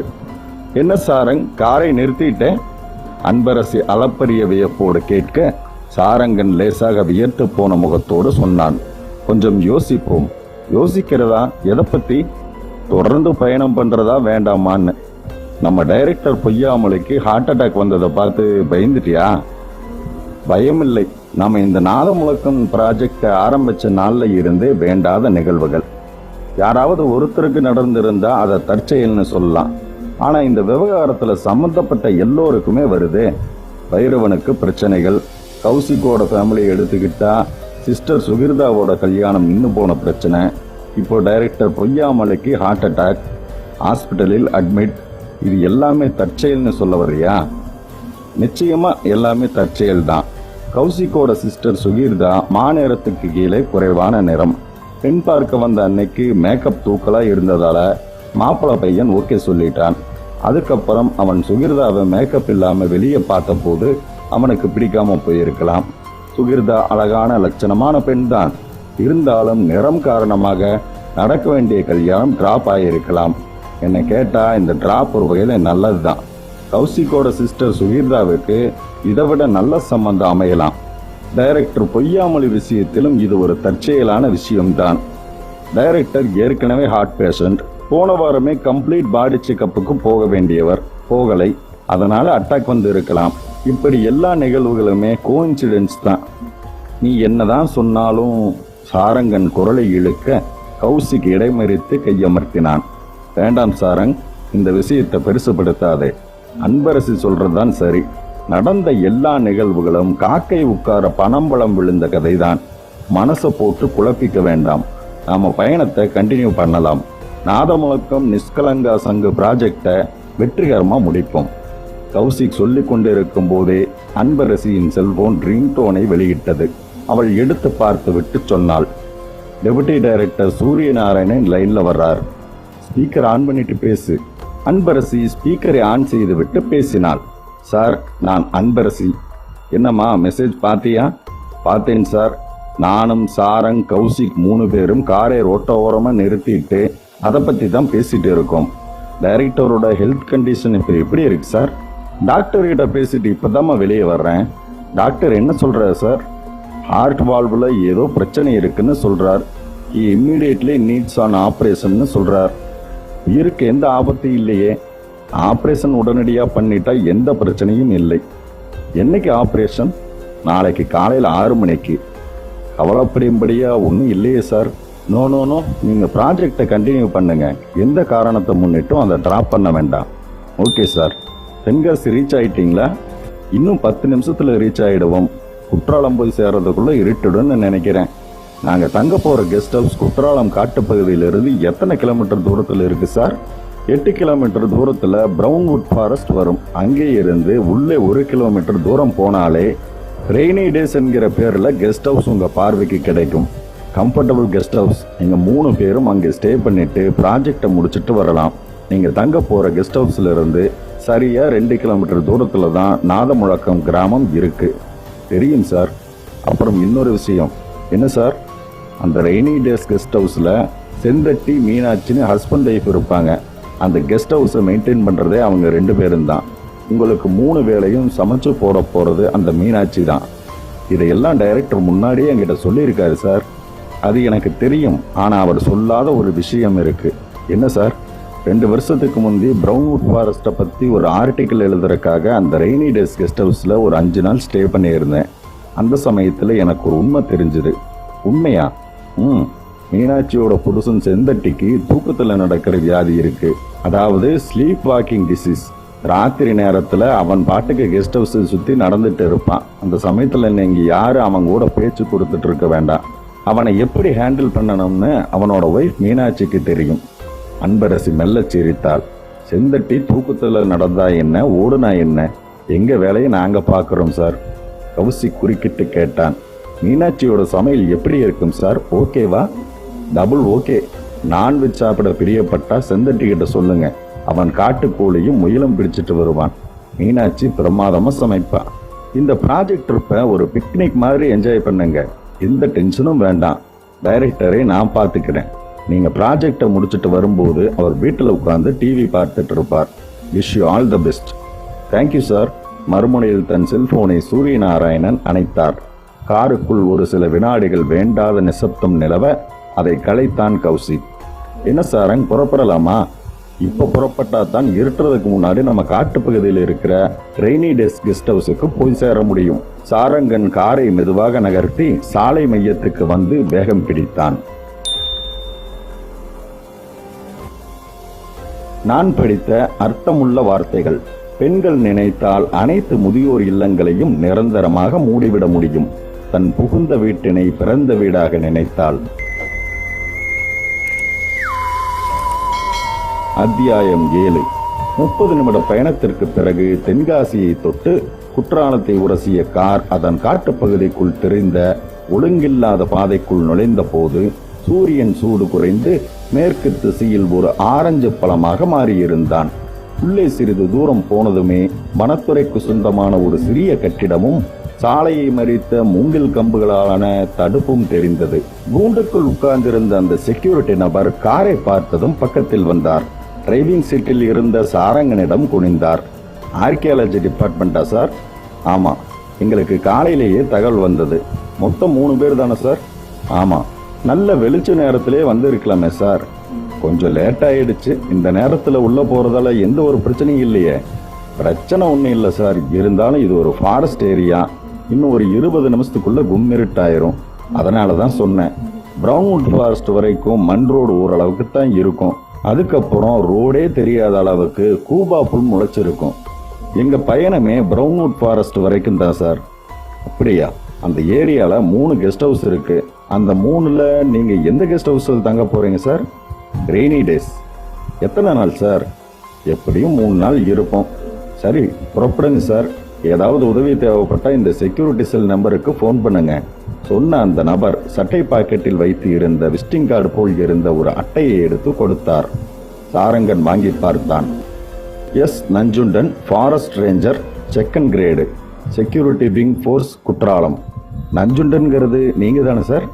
ஆமாம் சார். ரொம்பவும் நன்றி. விசிட்டிங் கார்டை பத்திரப்படுத்தி கொண்ட சாரங்கன் காரை நகர்த்தினான். குண்டும் குழியுமாக இருந்த மண் பாதையில் கார் குதித்து குதித்து ஓடியது. சாலையின் இருபுறங்களிலும் பெயர் தெரியாத பெரிய பெரிய மரங்கள் காட்டில் கிளைகளை அசைத்து கொண்டு பிரம்மாண்டமாக தெரிந்தன. அன்பரசி திடும் என்று அந்த கேள்வியை கேட்டாள். சாரங், கௌசிக், நீங்க 2 பேரும் ஒரு விஷயத்தை நோட் பண்ணீங்களா? ஐ மீன் அந்த ஃபாரஸ்ட் ரேஞ்சர் கிட்ட. இருவரின் முகங்களிலும் திகைப்பு பரவியது. என்ன விஷயம்? ஃபாரஸ்ட் ரேஞ்சர் நஞ்சுண்டன் கிட்ட நாம தங்க போற கெஸ்ட் ஹவுஸோட பேரை சொன்னதும் ஒரு வினாடிக்கு குறைவான நேரத்துல சின்னதா ஒரு மாற்றம் அவரோட முகத்துல தெரிஞ்சது. பாத்தீங்களா? மாற்றம்னா ஒரு அதிர்ச்சி தான். அதை அதிர்ச்சின்னு எப்படி சொல்ற? ஒரு யூகம் தான். இதோ பார் அன்பரசி, நானும் கௌசிக்கும் ஏற்கனவே மிரண்டு போயிருக்கோம். நீ வேற எதையோ சொல்லி இருக்கிற கொஞ்ச நெஞ்ச சந்தோஷத்தையும் ஸ்பாயில் பண்ணிடாத. என்னோட மனசுக்கு பட்டதை நான் சொல்ல வேண்டாமா? சரி, அந்த நஞ்சுண்டன் முகத்துல அதிர்ச்சி தெரிஞ்சதாகவே வச்சுக்குவோம். இப்ப என்ன பண்ணலாம்னு சொல்ல வர்றேன்? ஒன்றும் பண்ண முடியாது. இதை ஒரு அலர்ட்டா எடுத்துக்குவோம். வேணும்னா அந்த நஞ்சுண்டனுக்கு ஃபோன் பண்ணி ரெய்னி டேஸ் கெஸ்ட் ஹவுஸ் பேரை சொன்ன போது உங்க முகத்துல சின்னதா ஒரு அதிர்ச்சி தெரிஞ்சுதே, அது ஏன்னு ஃபோன் பண்ணி கேட்டுரு. அவர் தான் ஃபோன் நம்பர் கொடுத்துருக்காரு. என்ன கௌசிக், ஃபோன் பண்ணி கேட்டுடலாமா? கேளு. அவர் ஏதாவது சொன்னார்னா நம்ம கொஞ்சம் முன்னெச்சரிக்கையோடு இருக்கிறது நல்லது தானே. அன்பரசி தன் செல்போனை எடுத்துக்கொண்டு ஃபாரஸ்ட் ரேஞ்சர் நஞ்சுண்டனின் எண்ணை தொடர்பு கொண்டாள். உடனே மறுமுனையில் அந்த ரெக்கார்டர் வாய்ஸ் கேட்டது. இந்த தொலைபேசி எண் இப்போது உபயோகத்தில் இல்லை. நான் படித்த அர்த்தமுள்ள வரிகள். எப்போது இவள் பேசுவாள் என்பதற்கும் எப்போது இவள் பேச்சை நிறுத்துவாள் என்பதற்கும் இடைப்பட்ட காலம்தான் காதல்.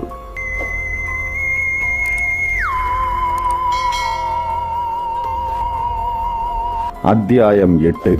4-5 தடவை முயற்சி செய்து பார்த்துவிட்டு செல்போனை அணைத்தாள் அன்பரசி. கௌசிக் கேட்டான், என்னாச்சு? அந்த நம்பர் நாட் இன் யூஸ்னு வருது. விசிட்டிங் கார்டில் இருக்க நம்பர் தானே? ஆமாம். எதுக்கும் ஒரு தடவை சரி பார்த்துடு.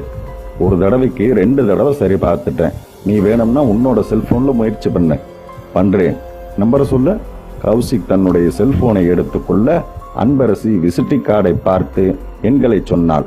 கௌசிக் அந்த எண்களை கீபோர்டு எண்களில் ஒற்றி எடுத்தாள். உடனே மறுமுனையில் பீப் சத்தம் போயிற்று. அதைத் தொடர்ந்து ஒரு பெண்ணின் ரெக்கார்டர் வாய்ஸ் கேட்டது. நீங்கள் தொடர்பு கொண்ட தொலைபேசி எண் தற்போது உபயோகத்தில் இல்லை. கௌசிக் எரிச்சலாய் நிமிர்ந்தான். நீ சொன்னது சரிதான் Anbarasi. Phone number not in யூஸ்னு வருது. அந்த ஃபோனில் என்ன பிரச்சனையோ என்னவோ. ஒரு ஃபாரஸ்ட் ரேஞ்சர் தன்னோட செல்போனை அலர்ட் பொசிஷனில் வச்சுக்க வேண்டாமா? அன்பரசி சலித்து கொள்ள காரை ஓட்டி கொண்டிருந்த சாரங்கன் சொன்னான், இனிமே அந்த ஃபாரஸ்ட் ரேஞ்சர் நஞ்சுண்டனுக்கு ஃபோன் பண்ணி டயத்தை வேஸ்ட் பண்ணி மனசையும் போட்டு குழப்பிக்க வேண்டாம்.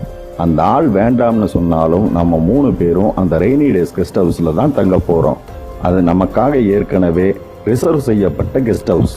சாரங்கன் காரை ஓட்டியபடியே பேசிய அதே வினாடி கௌசிக்கின் செல்போன் ரிங்டோனை வெளியிட்டது. அழைப்பது யார் என்று தெரிந்து கொள்ள டிஸ்பிளேயை பார்த்தான். அது ஒரு புது எண். இது யாரோட நம்பர்னு தெரியலையே. தனக்குள் முனைகிக் கொண்டே செல்போனை தனது இடது காதுக்கு ஒற்றினான். ஹலோ, யாரு? மெல்ல குரல் கொடுத்தான். மறுமுனையில் சற்றே பலமான குரல் ஒலித்தது. சார், நான் ஃபாரஸ்ட் ரேஞ்சர் நஞ்சுண்டன் பேசுகிறேன். கொஞ்ச நேரத்துக்கு முந்தி ஃபாரஸ்ட் பவுண்டரி செக் போஸ்ட்டில் கிராஸ் பண்ணி போன 3 பேரில் ஒருத்தர் தானே நீங்கள்? பேரு கௌசிக். ஆமாம் சார், உங்கள் ஆஃபீஸ் லெட்டரில் சாரங்கன், அன்பரசி, கௌசிக் பேர்களில் 3 செல்ஃபோன் நம்பர்கள் இருந்தது. அதில் உங்கள் நம்பருக்கு ஃபோன் பண்ணேன். என்ன விஷயம் சொல்லுங்கள். நான் உங்களுக்கு கொடுத்த என்னோட விசிட்டிங் கார்டில் இருக்கிற செல்ஃபோன் நம்பர் பழசுங்க. அது இப்போ யூஸில் இல்லை. அதை சொல்ல மறந்துட்டேன். புது நம்பர் சொல்கிறேன், நோட் பண்ணிக்கோங்க. அதான பார்த்தேன். ஏன் சார், என்னாச்சு? இப்போ தான் 2 நிமிஷத்துக்கு முந்தி விசிட்டிங் கார்டில் இருந்த செல்ஃபோன் நம்பருக்கு ஃபோன் பண்ணேன். திஸ் நம்பர் நாட் இன் யூஸ்னு ரெக்கார்டர் வாய்ஸ் வந்தது. சாரி சார், நான் சொல்ல மறந்துட்டேன். என்னோட புது நம்பரை நோட் பண்ணிக்கோங்க. கிட்டத்தட்ட பழைய நம்பர் தான். கடைசி 2 எண் மட்டும் மாறும். 49க்கு பதிலாக 59ன்னு போட்டுக்கோங்க, போதும். It's okay. இப்போ நீங்கள் சொன்ன நம்பரை நாங்கள் சேவ் பண்ணிக்கிறோம். ஓகே சார், ஏதாவது உதவி தேவைப்பட்டால் இந்த நம்பருக்கு உடனடியாக என்னை காண்டாக்ட் பண்ணுங்க சார். கண்டிப்பாக காண்டாக்ட் பண்ணுறோம். கொஞ்ச நேரத்துக்கு முந்தி எனக்கு ஃபோன் பண்ணி பேச முயற்சித்ததாக சொன்னீங்களே, அது எதுக்காகன்னு சொல்ல முடியுமா சார்? கௌசிக் செல்போனின் மொத்த உடம்பையும் தனது இடது உள்ளங்கையால் குத்தி கொண்டு சாரங்கனையும் அன்பரசியையும் ஏறிட்டான். எதுக்காக ஃபோன் பண்ணீங்கன்னு நஞ்சுண்டன் கேட்கிறார். காரணத்தை சொல்லிடலாமா? சொல்லுங்க. கௌசிக் மறுபடியும் செல்போனை காதுக்கு ஊற்றினான். அது ஒன்றுமில்லை, நாங்கள் ரெய்னி டேஸ் கெஸ்ட் ஹவுஸில் தங்க போகிறோம்னு சொன்ன போது உங்கள் முகத்தில் ஒரு அதிர்ச்சி தெரிஞ்சுது. அது எதனாலன்னு தெரிஞ்சுக்கலாமா? என் முகத்தில் அதிர்ச்சியா? ஆமாம். இருக்காதே. நீங்கள் அந்த கெஸ்ட் ஹவுஸில் தங்க போகிறதால எனக்கு என்ன பிரச்சனை? அப்படி ஒரு எக்ஸ்பிரஷன் என்னோட முகத்தில் ஏற்பட வாய்ப்பே இல்லையே. நாங்கள் நோட் பண்ணோம். அந்த அதிர்ச்சி எதுக்காகன்னு நீங்கள் சொன்னால் பரவாயில்ல. சாரி சார், நீங்களாவே எதையாவது கற்பனை பண்ணிட்டு இப்படி ஒரு கேள்வியை கேட்டிருக்கீங்க. ரெய்னி டேஸ் கெஸ்ட் ஹவுஸ் 125 வருஷம் பழமை வாய்ந்த அரசாங்கத்தின் கட்டுப்பாட்டில் இருக்கக்கூடிய ஒரு கெஸ்ட் ஹவுஸ். யாரோ ஒரு சமஸ்தான மன்னர் காலத்தில் கட்டப்பட்ட அந்த கெஸ்ட் ஹவுஸ் எனக்கும் பிடிச்சமான ஒரு விஷயம். நீங்களும் இங்கே தங்கி பாருங்க, உங்களுக்கும் பிடிக்கும். அப்படின்னா ஒரு பிரச்சனையும் இல்லை சார்? எந்த பிரச்சனையும் இல்லை சார். மறுமுனையில் நஞ்சுண்டன் செல்போனை அணைத்து விட கௌசிக்கும் தன் செல்போனை அணைத்தான். என்ன அன்பரசி, நஞ்சுண்டன் அப்படி ஒரு அதிர்ச்சியான எக்ஸ்பிரஷனை காட்டவே இல்லைன்னு சொல்றாரே? நான் பார்த்தேனே. அவர் எதுக்காக போய் சொல்லணும்? எனக்கு தெரியல. இட்ஸ் ஓகே, இது ஒரு பெரிய விஷயம் இல்லை. நம்ம வந்த வேலையை பார்ப்போம். ஃபாரஸ்ட்டுக்குள்ளே இருட்டு வேகமாக வந்துடும்.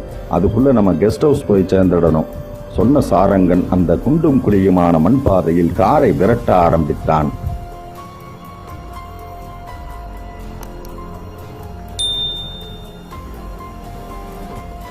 நான் படித்த அர்த்தமுள்ள வரிகள்.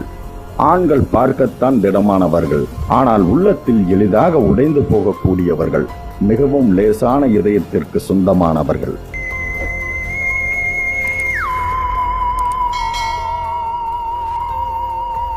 அத்தியாயம் 9. அரை மணி நேரத்திற்கு மேலாக பயணம் செய்து பிரவுன்வுட் ஃபாரஸ்டை தொட்டிருந்த போது காட்டுப்பகுதிக்குள் இருட்டு முழுமையாக பரவியிருந்தது. காரின் ஹெட்லைட் வெளிச்சம் மட்டும் சில மீட்டர் தூரத்திற்கு பாய்ந்து இருட்டை துடைத்து வழிகாட்டியது. வழியில் சாய்ந்து கிடந்த ஒரு பெயர் பலகை ரெய்னி டேஸ் அரசு விருந்தினர் இல்லம் என்கின்ற எழுத்துக்களோடு செடிகொடிகளுக்கு இடையே ஒரு வினாடி தெரிந்து மறைந்தது. அன்பரசி நீளமாய் பெருமூச்சொன்றை வெளியேற்றிவிட்டு சொன்னாள், எப்படியோ வந்து சேர்ந்துட்டோம். போர்டு இவ்வளவு மோசமாய் இருக்கு. எந்த மந்திரியும் இந்த பக்கம் வர்றதே இல்லை போல இருக்கு. தூரத்துல ஒரு டியூப்லைட் வெளிச்சம் தெரியுது. அதுதான் நம்ம தங்க போற ரெய்னி டேஸ் கெஸ்ட் ஹவுஸா இருக்கும்னு நினைக்கிறேன். இப்பவே இவ்வளவு குளிர், ராத்திரியில் எப்படி இருக்கும்னு தெரியலையே. நல்ல வேலை, ஸ்வெட்டர், கம்பளி, போர்வை எல்லாம் கொண்டு வந்துட்டோம். டியூப்லைட் வெளிச்சம் நெருங்கியது. அதன் மங்கலான ஒளியில் அந்த பழமையான காவி நிற கட்டிடம் பார்வைக்கு கிடைத்தது.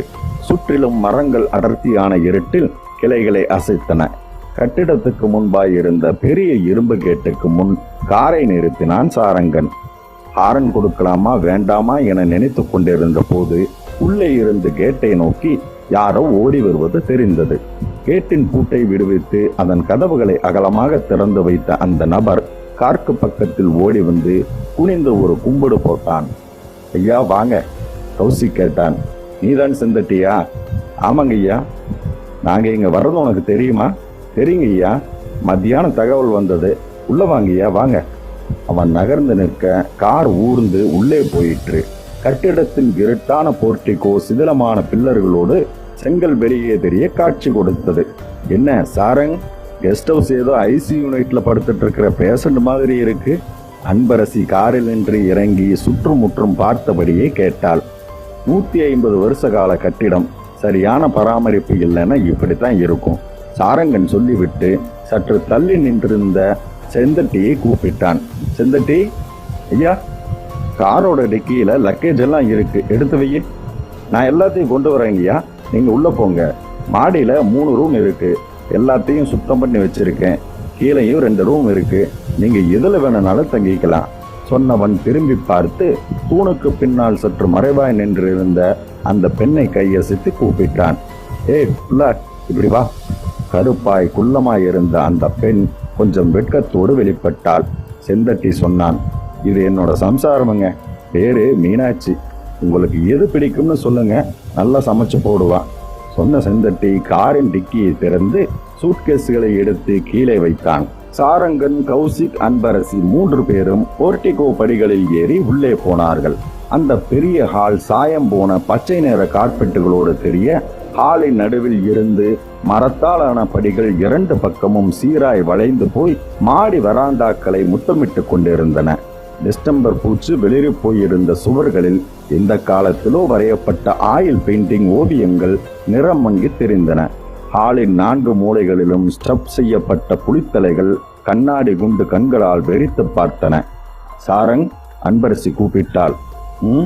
இது என்ன கெஸ்ட் ஹவுஸா இல்ல மியூசியமா? என்னோட மனசுக்குள்ளேயும் இப்போ ஓடிட்டு இருக்கிற கேள்வி இதுதான். கௌசிக் சிரித்தான். வேற வழி இல்லை, இன்னும் 2 நாளைக்கு இங்கதான் நமக்கு சாப்பாடு, தூக்கம், சந்தோஷம் எல்லாமே. 3 பேரும் மாடிப்படிகளில் ஏறினார்கள். பழங்கால மரப்பலகைகள் லேசாக அதிர்ந்து ஆடின. Really horrible. சென்னை போனதும் வனத்துறை அமைச்சருக்கு ஒரு லெட்டரை நம்ம டிபார்ட்மெண்ட் மூலமா அனுப்பணும். முதல்ல அதை பண்ணுங்கய்யா. நானே இங்க வந்து தங்குற எல்லாருக்கிட்டையும் சொல்லி பார்த்துட்டேன். போகும்போது சரின்னு சொல்றவங்க அதுக்கப்புறம் இந்த கட்டிடத்தையே மறந்துடுறாங்க. லக்கேஜுகளை எடுத்துக்கொண்டு மேலே வந்த சிந்தட்டி சலித்து கொண்டான்.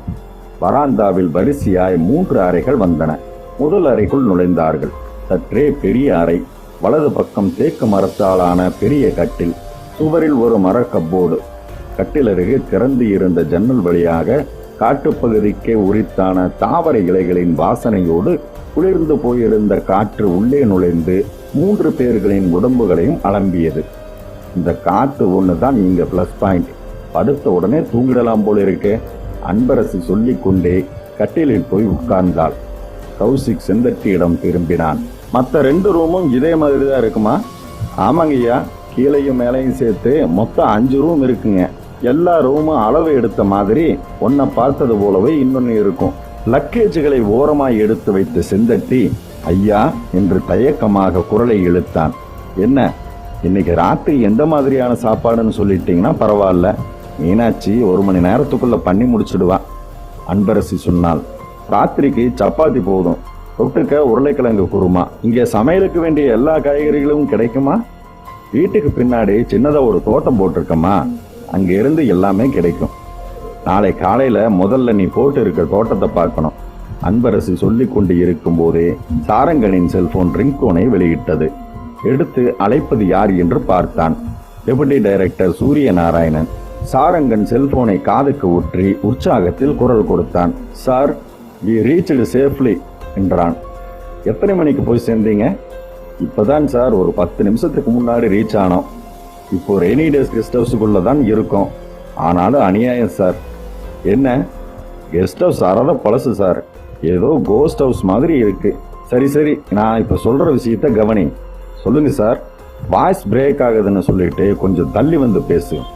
சாரங்கன் உசார் நிலைக்கு வந்து அன்பரசியையும் கௌசிக்கையும் பார்க்க அவர்கள் இருவரும் அறையின் ஜன்னல் அருகே போய் நின்று கொண்டு வெளியே இருந்த எதையோ ஒன்றை காட்டியபடி பேசிக் கொண்டிருந்தார்கள்.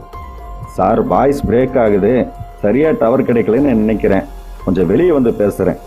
அவர்கள் இருவருக்கும் கேட்கும்படி சத்தமாக சொல்லிவிட்டு அறையில் நின்று வெளியே வந்தான் சாரங்கன். வராந்தாவில் ஓரமாய் போய் நின்று கொண்டு குரல் கொடுத்தான். சொல்லுங்க சார், எனிதிங் இம்பார்ட்டன்ட்? ஆமா, இப்ப நான் சொல்ல போற விஷயம் அன்பரசிக்கும் கௌசிக்குக்கும் தெரியக்கூடாது. என்ன விஷயம் சார்? நம்ம டைரக்டர் பொய்யாமொழியோட உடல்நிலை கொஞ்சம் ஒஸ்டா இருக்கு. டாக்டர் கிட்ட பேசி பார்த்தேன், அவரோட பேச்சு நம்பிக்கை தர மாதிரி இல்லை. நான் ஐசி யூனிட்டுக்கு போய் பொய்யாமொழியை பார்த்தேன். அந்த சமயத்தில் அவருக்கு கான்சியஸ் இருந்தது. என்கிட்ட பேசினார். பேச்சு தெளிவா இல்லாம போனாலும் ஒரு சில வார்த்தைகள் புரிஞ்சுது. அதுல ஒரு வார்த்தை நிஷ்கலங்கா சங்கு. அதை பத்தி என்ன சொன்னார் சார்? சொல்லல, சைகை காட்டினார். என்ன சைகை சார்? நிஷ்கலங்கான்னு சொல்லிட்டு வேண்டாங்கிற அர்த்தத்துல கையை ஆட்டினாரு. நான் ஏன் வேண்டாம்னு கேட்டேன். அவர் அதுக்கு பதில் சொல்லாமையே மறுபடியும் வேண்டாம் வேண்டாங்கிற மாதிரி கையை ஆட்டிக்கிட்டே இருந்தாரு.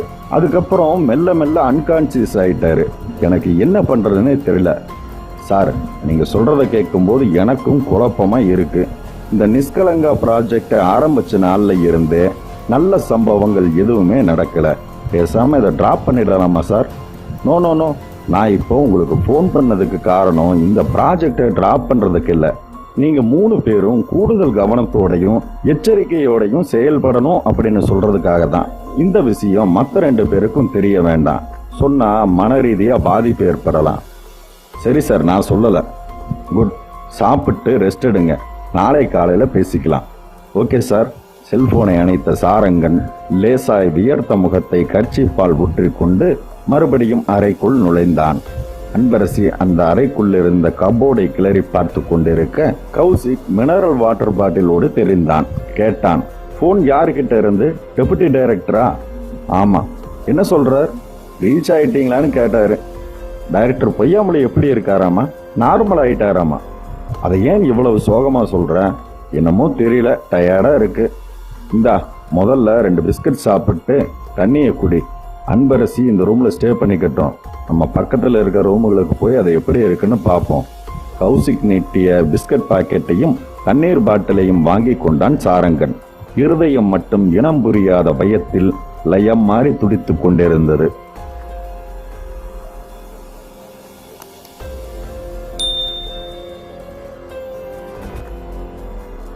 நான் படித்த அர்த்தமுள்ள வரிகள். வேறொருவரை திருமணம் செய்திருக்கலாம் என்ற எண்ணம் ஒருமுறை கூட வராத திருமண வாழ்க்கைதான் உண்மையான காதல் நிறைந்த வாழ்க்கை.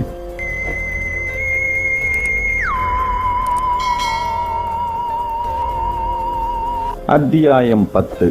ஜன்னல் வழியே குளிர்காற்று வழிந்து அறையை ஒரு குட்டி ஊட்டியாய் மாற்றி வைத்து இருந்தாலும் போர்வைக்குள் இருந்த சாரங்கனுக்கு தூக்கம் வரவில்லை. மெல்ல எழுந்து உட்கார்ந்தான். தலைமாட்டில் வைத்து இருந்த கடிகாரத்தை எடுத்து பார்த்தான். மணி 10:45. எந்த ஊரில் இருந்தாலும் 10 மணிக்கெல்லாம் தூங்கிவிடும் வழக்கம் கொண்ட சாரங்கனை அன்று தூக்கம் தள்ளி வைத்து இருந்தது. டெபுட்டி டைரக்டர் சூரியநாராயணன் சொன்ன வார்த்தைகள் திரும்ப திரும்ப ஒரு காதுக்குள் நுழைந்து மறுகாதின் வழியாக வெளியேறி கொண்டிருந்தது. நிஷ்கலங்கா சங்கு ப்ராஜெக்டை டைரக்டர் பொய்யாமொழி ஏன் வேண்டான்னு சொல்லணும்? ஏதோ ஒரு காரணம் இருக்க போய் தான் அவர் சூரியநாராயணனிடம் சைகை மூலமாக தெரியப்படுத்தி இருக்கணும். அது என்ன காரணமாக இருக்கும்? சாரங்கன் அவஸ்தையாக நெற்றியை தேய்த்தபடி யோசித்துக் கொண்டிருக்கும் போதே அவனுடைய செல்போன் மெலிதாக முணுமுணுத்தது. இந்த நேரத்துக்கு யார்? செல்போனை எடுத்து பார்த்தான். அன்பரசி. எதுக்கு போன் பண்றா என்று யோசித்துக் கொண்டே செல்போனை காதுக்கு ஒற்றினான். சொல்லு அன்பரசி. என்ன, சாருக்கு தூக்கம் வரல போல இருக்கு? ஆமா. ஏன்? புது இடம், அதான் கொஞ்சம் மக்கர் பண்ணது தூக்கம். உனக்கு தூக்கம் வராதுக்கு காரணம் புது இடம் மட்டும் இல்லை சாரங். என்ன புது பிரச்சனை? புது பிரச்சனையா? ஆமா. டெபுட்டி டைரக்டர் சூரியநாராயணன் உனக்கு ஃபோன் பண்றதுக்கு முந்தி உன்னோட முகம் தெளிவாக இருந்துச்சு.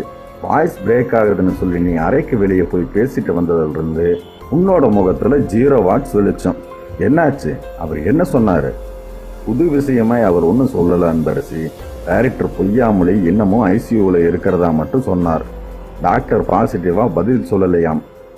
உனக்கு தூக்கம் வராததுக்கு காரணம் இதுதான் நான் நம்பலாமா? நான் எதுக்கு போய் சொல்லணும் அன்பரசி? சரி தூங்கு, நாளை காலையில பேசிக்கலாம். அன்பரசி. சொல்லு. உனக்கு தனியா படுத்து தூங்குறதுல எந்த பயமும் இல்லையே. எனக்கு என்ன பயம்? உன் கூட ஒரே ரூம்ல இருந்தா தான் பயம். சரி, நாளை காலையில் எத்தனை மணிக்கு வேக்கப்? 6 மணிக்கு நான் ரெடி ஆயிடுவேன். 7 மணிக்கெல்லாம் பிரேக்ஃபாஸ்ட்டை முடிச்சுட்டு நாதமுழக்கம் கிராமத்துக்கு போகிறோம். கௌசிக்கிட்ட ஏற்கனவே சொல்லிட்டேன். அன்பரசி மறுமுனையில் பேசிக்கொண்டு இருக்கும் போதே அறைக்குள் எரிந்து கொண்டிருந்த 0 வாட்ஸ் பல்பு அணைந்து மின்விசிறியின் இயக்கமும் மெதுவாக நிற்க ஆரம்பித்தது. அன்பரசி. என்னோட ரூம்ல கரண்ட் போயிடுச்சு. அங்க கரண்ட் இருக்கா? இங்கேயும் கரண்ட் இல்லை. என்னாச்சுன்னு தெரியலையே. இந்த கெஸ்ட் ஹவுஸுக்கு கரண்ட் சப்ளை பண்ற ஜென்ரேட்டர் கீழே இருக்கு. ஏதாவது வேணும்னா ஃபோன் பண்ண சொல்லி செந்தட்டி ஒரு நம்பர் கொடுத்தானே, அந்த நம்பருக்கு ஃபோன் பண்ணி ஜெனரேட்டரில் என்ன ப்ராப்ளம்னு கேளு. அந்த நம்பர் என்கிட்ட இல்லை, கௌசிக்கிட்ட இருக்கு. சரி, நான் அவன்கிட்ட பேசிக்கிறேன். சாரங்கன் செல்போனை அணைத்து விட்டு எழுந்த வினாடி கதவு தட்டப்படும் சத்தம் கேட்டது. போய் திறந்தான். வெளியே கௌசிக் நின்று கொண்டிருந்தான். நானே உன்னோட ரூமுக்கு வரலாம்னு இருந்த கௌசிக். செந்தட்டியோட ஃபோன் நம்பர் உங்ககிட்ட தானே இருக்கு? ஆமாம்மா, எங்கிட்ட தான் இருக்கு. அவனுக்கு ஃபோன் பண்ணி ஜெனரேட்டர் வந்து பார்க்க சொல்லு. கௌசிக் தன் செல்போனை எடுத்து சேவ் செய்து வைத்து இருந்த செந்தட்டியின் எண்களை தொடர்பு கொண்டான். இணைப்பு உடனே கிடைத்தது. செந்தட்டி, ஐயா, இங்க கரண்ட் போயிருச்சு. என்னைக்காவது ஒரு நாள் இப்படி ஆகும் ஐயா. ஜெனரேட்டர்ல ஏதாவது பிரச்சனை இருக்கும். இப்ப வந்து பார்த்துடுறேங்க ஐயா. கரண்ட் வர எவ்வளவு நேரம் ஆகும்? ஒரு 10 நிமிஷத்துல வந்துடுங்கய்யா. இப்ப ஜெனரேட்டர் கிட்ட தான் வந்துட்டு இருக்கேன். சீக்கிரம் வந்து பாரு. செல்போனை அணைத்த கௌசிக் சாரங்கனை ஒரு பெருமூச்சோடு பார்த்தான். இந்த கெஸ்ட் ஹவுஸ்ல இருக்கிற ஒரே ஒரு பிடிச்ச விஷயம் எது தெரியுமா? சொல்லு. இதோட பேர் தான் ரெய்னி டேஸ். ப்ராப்பர் மெயின்டெனன்ஸ் இருந்தா நல்லா இருக்கும். சரி வா, அன்பரசியோட ரூமுக்கு போலாம். அவ தனியா இருட்டில் உட்காந்துட்டு இருப்பான். கரண்ட் வர்ற வரைக்கும் பேசிட்டு இருப்போம். இருவரும் அன்பரசியின் அறையை நோக்கி போனார்கள். செல்போன் டார்ச்சுகளை உயிர்ப்பித்துக் கொண்டதில் இருட்டு விலகி போயிருந்தது. அறைக்கு முன்பாக போய் நின்றார்கள். சாரங்கன் கதவை தட்ட முயல கதவு ஏற்கனவே திறந்து இருப்பதை உணர்ந்து கொண்டு மெல்ல தள்ளினான். குரல் கொடுத்தான். அன்பரசி. பதில் இல்லை. தூங்கிட்டாலோ? இப்ப என் கூட போன்ல பேசிட்டு இருந்தாலே. பேசதான் கரண்ட் போச்சு. இருவரும் அறைக்குள் நுழைந்தார்கள். சுற்றுமுற்றும் பார்த்தார்கள். அன்பரசி அறைக்குள் இல்லை.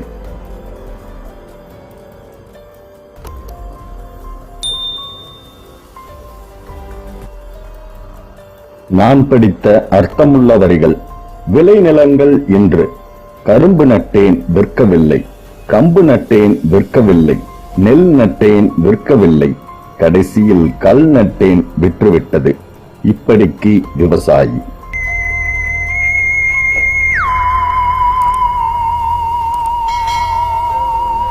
அத்தியாயம் 11. சாரங்கன் மெல்ல குரல் கொடுத்து பார்த்தான். அன்பரசி, அன்பரசி. பதில் இல்லை. குழப்பமும் வியர்வையும் அரும்பிய நெற்றியை தேய்த்து கொண்டான். இப்ப என் கூட பேசினாலே.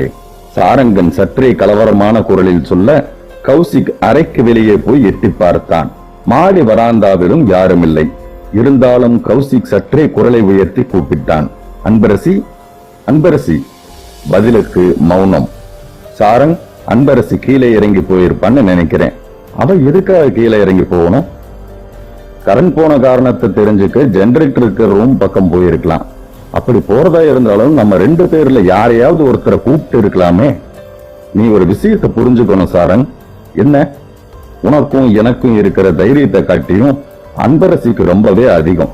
கரண்ட் இல்லைன்னு தெரிஞ்சதும் கீழே இறங்கி பார்க்க போயிருக்கலாம். எனக்கு என்னமோ இது சரியான காரணமா படல. அவளோட செல்போனுக்கு கான்டாக்ட் பண்ணி பாரு. கௌசிக் தன் செல்போனை எடுத்து அன்பரசியின் செல்போனை தொடர்பு கொண்டான்.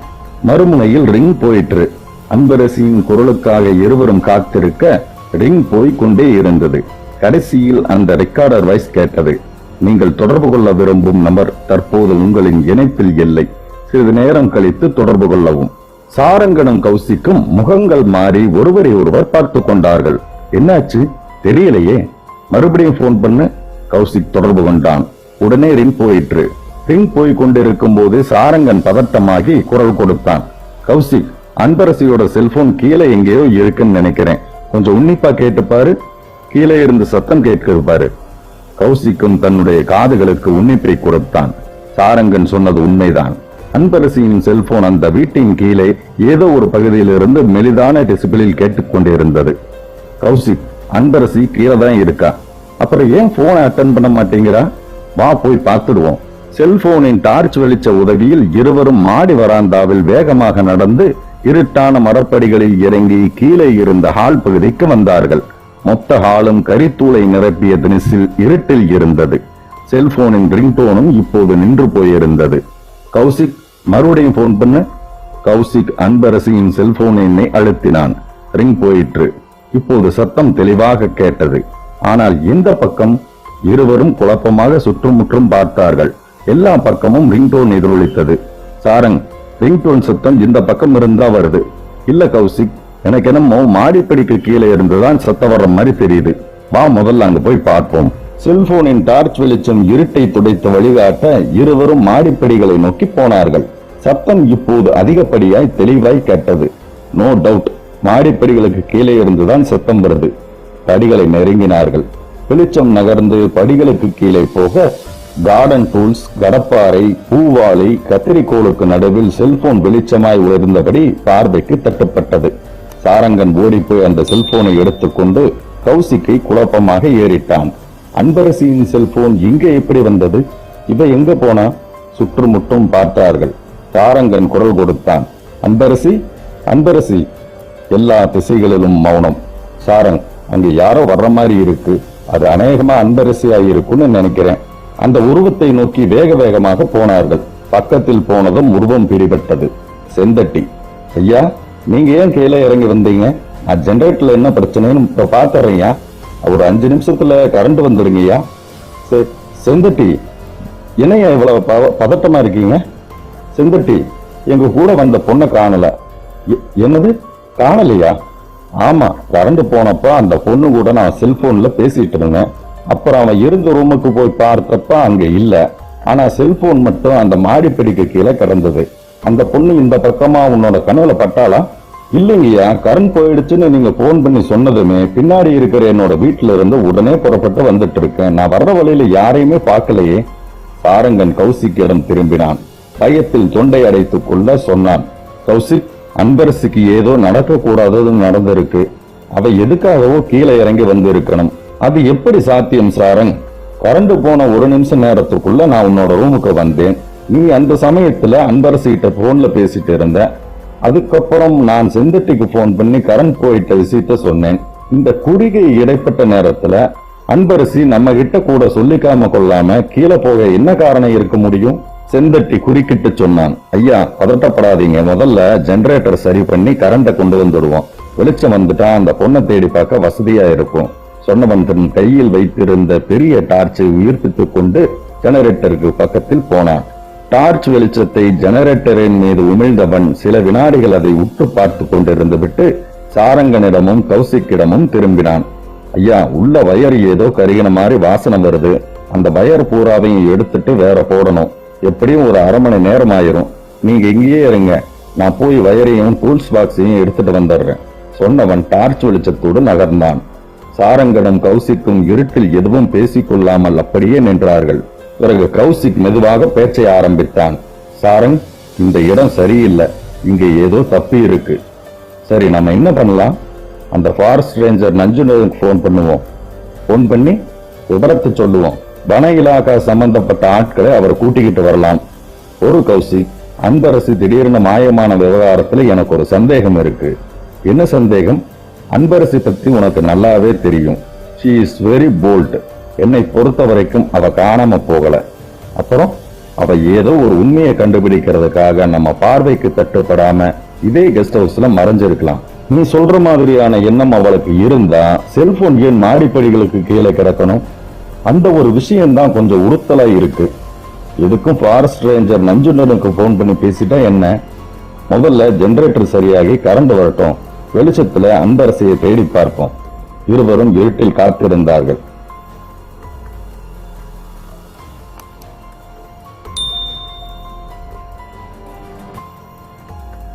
நான் படித்த அர்த்தமுள்ள வரிகள். ஒருவரிடம் நாம் காட்டும் அன்பை அவர் நம் பலவீனமாக எடுத்துக் கொள்வதை காட்டிலும் வேதனை வேறு ஒன்றுமில்லை.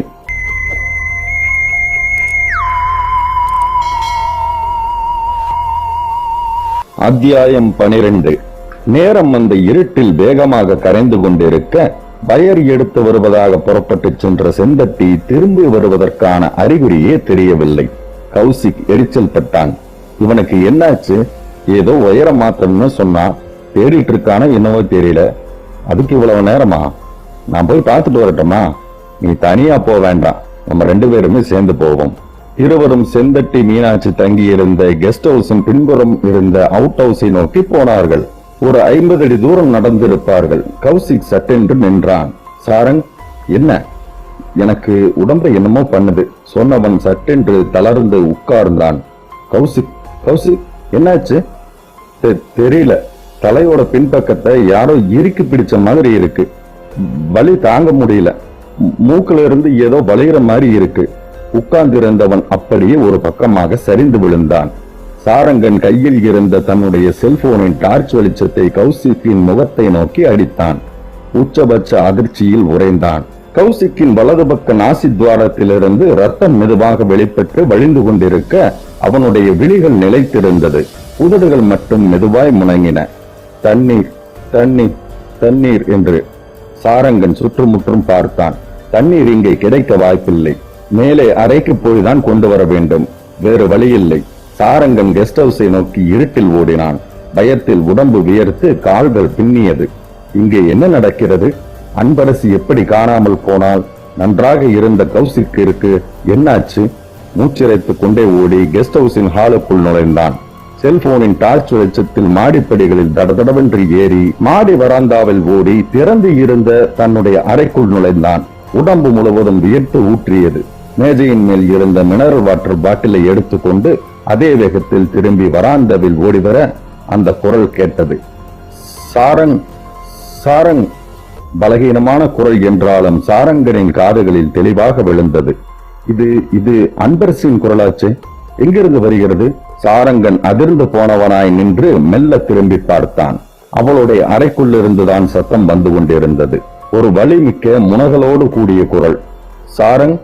திடீரென்று பாதி திறந்து இருந்த கதவை தள்ளிக்கொண்டு உள்ளே போனான். அறைக்குள் யாரும் இல்லை. குரல் கொடுத்தான். அன்பரசி. சாரங். இப்போது குரல் கட்டிலுக்கு கீழே இருந்து வந்தது. மூச்சு திணறும் குரல். சாரங், நான் இங்க இருக்கேன். கட்டிலுக்கு கீழே குனிஞ்சு பாருங்க. சாரங்கன் தரையில் மண்டியிட்டு உட்கார்ந்து கட்டிலுக்கு கீழே குனிந்து பார்த்தான். அன்பரசி கைகளை நீட்டியபடி ஒரு கழித்து படுத்திருப்பது தெரிந்தது. அன்பரசி, நீ எப்படி உள்ள போன? யார் உன்னை இப்படி பண்ணது? சாரங்கன் கேட்டுக்கொண்டே அவளை வெளியே இழுத்தான். அன்பரசி பெரிய மூச்சிறைப்போடு மெதுவாக வெளிப்பட்டாள். சிரமப்பட்டு நிமிர்ந்து உட்கார்ந்தவள் 2 கைகளாலும் நெற்றியை பிடித்துக் கொண்டு மிரண்ட விழிகளோடு சுற்றுமுற்றும் பார்த்தாள். என்ன பாக்குறேன்? சாரங், இந்த ரூம்ல யாரோ இருக்காங்க. என்ன கொலை பார்த்தாங்க. கொலை பார்த்தாங்களா? யாரு? தெரியல. உங்கூட செல்போன்ல பேசிட்டு இருக்கும் போதே கரண்ட் போயிருச்சு. அதுக்கப்புறம் நான் உன்னோட ரூமுக்கு வர்றதுக்காக அறைக்கதவை திறந்துட்டு வெளியே வந்தேன். அடுத்த வினாடி என் உடம்புக்குள்ள ஏதோ இனம் புரியாத மாற்றம். உடம்போட எடை வினாடிக்கு வினாடி கூடிட்டே போற மாதிரியான உணர்வு. என்னால திமிர முடியல. அப்படியே மயக்கமாயிட்டேன். 2 நிமிஷத்துக்கு முன்னாடிதான் எனக்கு சுய உணர்வு வந்தது. ஆனா என்னால நகர முடியல. உன்னோட பேரை சொல்லி கூப்பிட்டுக்கிட்டே இருந்தேன். ஆமா, நீ எங்க போயிட்ட? சாரங்கன் குரலை தாழ்த்தினான். அன்பரசி, இந்த கெஸ்ட் ஹவுஸில் நடக்கிற சம்பவங்கள் எதுவுமே சரியில்லை என்று ஆரம்பித்தவன் அதே துணியில் 1 நிமிட நேரத்தில் எல்லாவற்றையும் சொல்லி முடித்தான். அன்பரசியின் கண்களில் இப்போது கலவரம். கௌசிக்கோட உயிருக்கு எந்த ஆபத்து இல்லையே. மூக்குல ரத்தம். அது எப்படி வந்ததுன்னு தெரியல. தண்ணி கேட்டான். தண்ணி பாட்டில் ரூம்ல இருந்ததால எடுக்க வந்தேன். அப்படி எடுக்க வந்ததும் நல்லதா போச்சு. இல்லைன்னா நீ இப்படி ஒரு நிலைமையில இருக்கிறது எனக்கு தெரியாமலே போயிருக்கும். அன்பரசி சிரமமாக கட்டிலை பிடித்துக் கொண்டு எழுந்து நின்றாள். வா, முதல்ல போய் கௌசிக்க பார்ப்போம். இருவரும் அறையிலிருந்து வெளிப்பட்டார்கள். இருட்டில் நிதானமாக நடந்து மாடிப்படிகளில் இறங்கினார்கள். அவன் காதருகே கிசுகிசுத்தாள். சாரங், இந்த கெஸ்ட் ஹவுஸ்ல ஏதோ ஒரு அமானுஷ சக்தி இருக்குன்னு நினைக்கிறேன். அமானுஷ சக்தினா பேயா? நான் அப்படி நினைக்கல சாரங். பின்ன நீ சொன்னதுக்கு என்ன அர்த்தம்? சாரங், நான் சொல்றத நல்லா கவனி. கரண்ட் போனதும் நான் உன்னை பாக்குறதுக்காக என்னோட அறக்கதவை திறந்துட்டு வெளியே வர முயற்சிக்கும் போது என்னுடைய உடம்புக்குள்ள ஏதோ ஒண்ணு பாஞ்ச மாதிரி இருந்தது. அது என்னன்னு யோசனை பண்ணிட்டு இருக்கும் போதே என் உடம்பு கனமாகி கண்ணுக்குள்ள இருட்டு பாஞ்சது. பிடிப்பில்லாம கீழே விழுந்தேன். அது மட்டும் இல்ல, கீழே விழுந்த என்னோட உடம்பு தன்னிச்சையாவே ஊர்ந்து கட்டிலுக்கு கீழே போனதை ஃபீல் பண்ணினேன். இது எல்லாம் எப்படி சாத்தியம்? எனக்கு என்ன சொல்றதுன்னு தெரியல அன்பரசி. ஏன்னா எனக்கு இந்த அமானுஷ சக்தி, பேய், பிசாசு இதுல எல்லாம் சுத்தமா நம்பிக்கை கிடையாது. இருந்தாலும் நீ சொல்றத கேட்கும் போதும் கௌசிக்கிற்கு என் கண் முன்னாடி நடந்ததை பார்த்த போதும் கொஞ்சம் யோசிக்க தோணுது. கௌசிக்கு மூக்குல மட்டும்தான் ரத்தம் வந்ததா? ஆமா. இருவரும் பேசிக்கொண்டே வேக வேகமாக நடந்து வெட்ட வெளியில் மல்லாந்து கிடந்த கௌசிக்கை நெருங்கினார்கள். அருகே போய் குனிந்தார்கள். செல்போனின் டார்ச் வெளிச்சம் அவன் மீது பாய்ந்தது. கௌசிக் நிலைத்த வெளிகளோடு மூச்சு வாங்கிக் கொண்டிருந்தான். உதடுகள் மெல்லிய முணுமுணுப்பில் இருந்தன. சாரங்கன் பாட்டிலை திறந்து தண்ணீரை புகட்டினான். தண்ணீர் தொண்டைக்குள் இறங்க இறங்க கௌசிக்கின் கண் பார்வைகள் அசைந்தன. உடம்பில் ஒருவித நடுக்கம் பரவ வலது கையை ஊன்றி மெல்ல எழுந்து உட்கார முயன்றான் கௌசிக். ஆனால் முடியாமல் போகவே அப்படியே சாய்ந்தான். அன்பரசி அவனுடைய தோலை தட்டினாள். கௌசிக், உனக்கு என்ன பண்ணுது? கௌசிக் மூச்சிறைக்க பேசினான். என் மேல யாரோ உட்கார்ந்துட்டு இருக்கிற மாதிரி என்னை யாரோ என்னமோ பண்றாங்க என்றான். சாரங்கன் அவனுடைய கையை பற்றினான். உனக்கு ஒண்ணுமில்ல கௌசிக், நீ எதையோ பார்த்து பயந்துட்டேன்னு நினைக்கிறேன். முதல்ல எந்திரிச்சு உட்காரு, எல்லாமே சரியா போயிடும். என்னால முடியல சாரங், நான் செத்துருவோம் போல் இருக்கு. நீ தைரியமா இரு, உனக்கு ஒண்ணும் ஆகாது. நான் உன்னை புடிச்சுக்கிறேன். மெல்லமா எழுந்து உட்கார். கௌசிக் எழுந்து உட்கார முயன்றான். உட்காரவே மூக்கிலிருந்து ரத்தம் கொஞ்சம் அதிகப்படியாக வெளியேற ஆரம்பித்தது. அன்பரசி பதறினாள். வேண்டாம் சாரங், கௌசிக் உட்கார்ந்தா ப்ளீடிங் அதிகமா இருக்கும் போல தெரியுது. கௌசிக் ரெஸ்ட் எடுக்கட்டும். அப்படின்னா கெஸ்ட் ஹவுஸ்குள்ள இருக்கிற ரூமுக்கு கொண்டு போயிடலாமா? அன்பரசி குரலை இழுத்தாள். வேண்டாம் சாரங். ஏன்? அந்த கெஸ்ட் ஹவுஸ்குள்ள ஏதோ தப்பு இருக்கு. தப்புன்னா? நான் தான் சொன்னேனே, ஏதோ ஒரு அமானுஷ்யம் அங்க இருக்கு. என்ன அன்பரசி, நீயா இப்படி பேசுற? கடைசியில நீயும் ஒரு சாதாரண பொண்ணுதான் நிரூபிச்சுட்ட. இந்த காலத்துல பேய், பிசாசு, அமானுஷ்யம்னு எதுவுமே கிடையாது. நீ சொல்ற மாதிரி அப்படியே இருந்தாலும் அது என்னன்னு பாத்தரலவா? நீங்க சொல்றது ரொம்பவும் சரியான வார்த்தைங்க ஐயா. பேய், பிசாசு, பூதம், ஆவி இதெல்லாம் பாலடைஞ்சு போன பங்களாக்கள்ல இருக்கிறதா சொல்றாங்க. ஆனா உண்மையிலேயே அதெல்லாம் உயிரோடு இருக்கிற மனுஷங்களோட மனசுக்குள்ளதான் இருக்குங்க ஐயா. தனக்கு பின்பக்கம் குரல் கேட்டு திரும்பி பார்த்தான் சாரங். செந்தட்டி நின்று இருந்தான். முதுகுக்கு பின்னால் அவனுடைய மனைவி மீனாட்சி தெரிந்தாள்.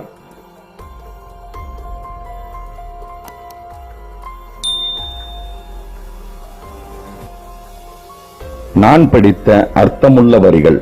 உங்கள் புன்னகையில் உள்ள சோகத்தையும், கோபத்தில் உள்ள அன்பையும், மௌனத்தில் உள்ள காரணத்தையும் யார் புரிந்து கொள்கிறார்களோ அவர்களே உங்கள் அன்பிற்கு தகுதியானவர்கள்.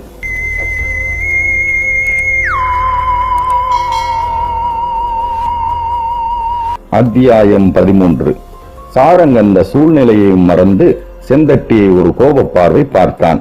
என்ன, வயரை எடுத்துட்டு வரைக்கும் இவ்வளவு நேரமா? பவ்யமாய் செந்தட்டி கும்பிட்டான். மன்னிச்சுக்கங்கய்யா, இருட்டுல இவ்வளவு நேரம் தேடியும் வயர் கிடைக்கல.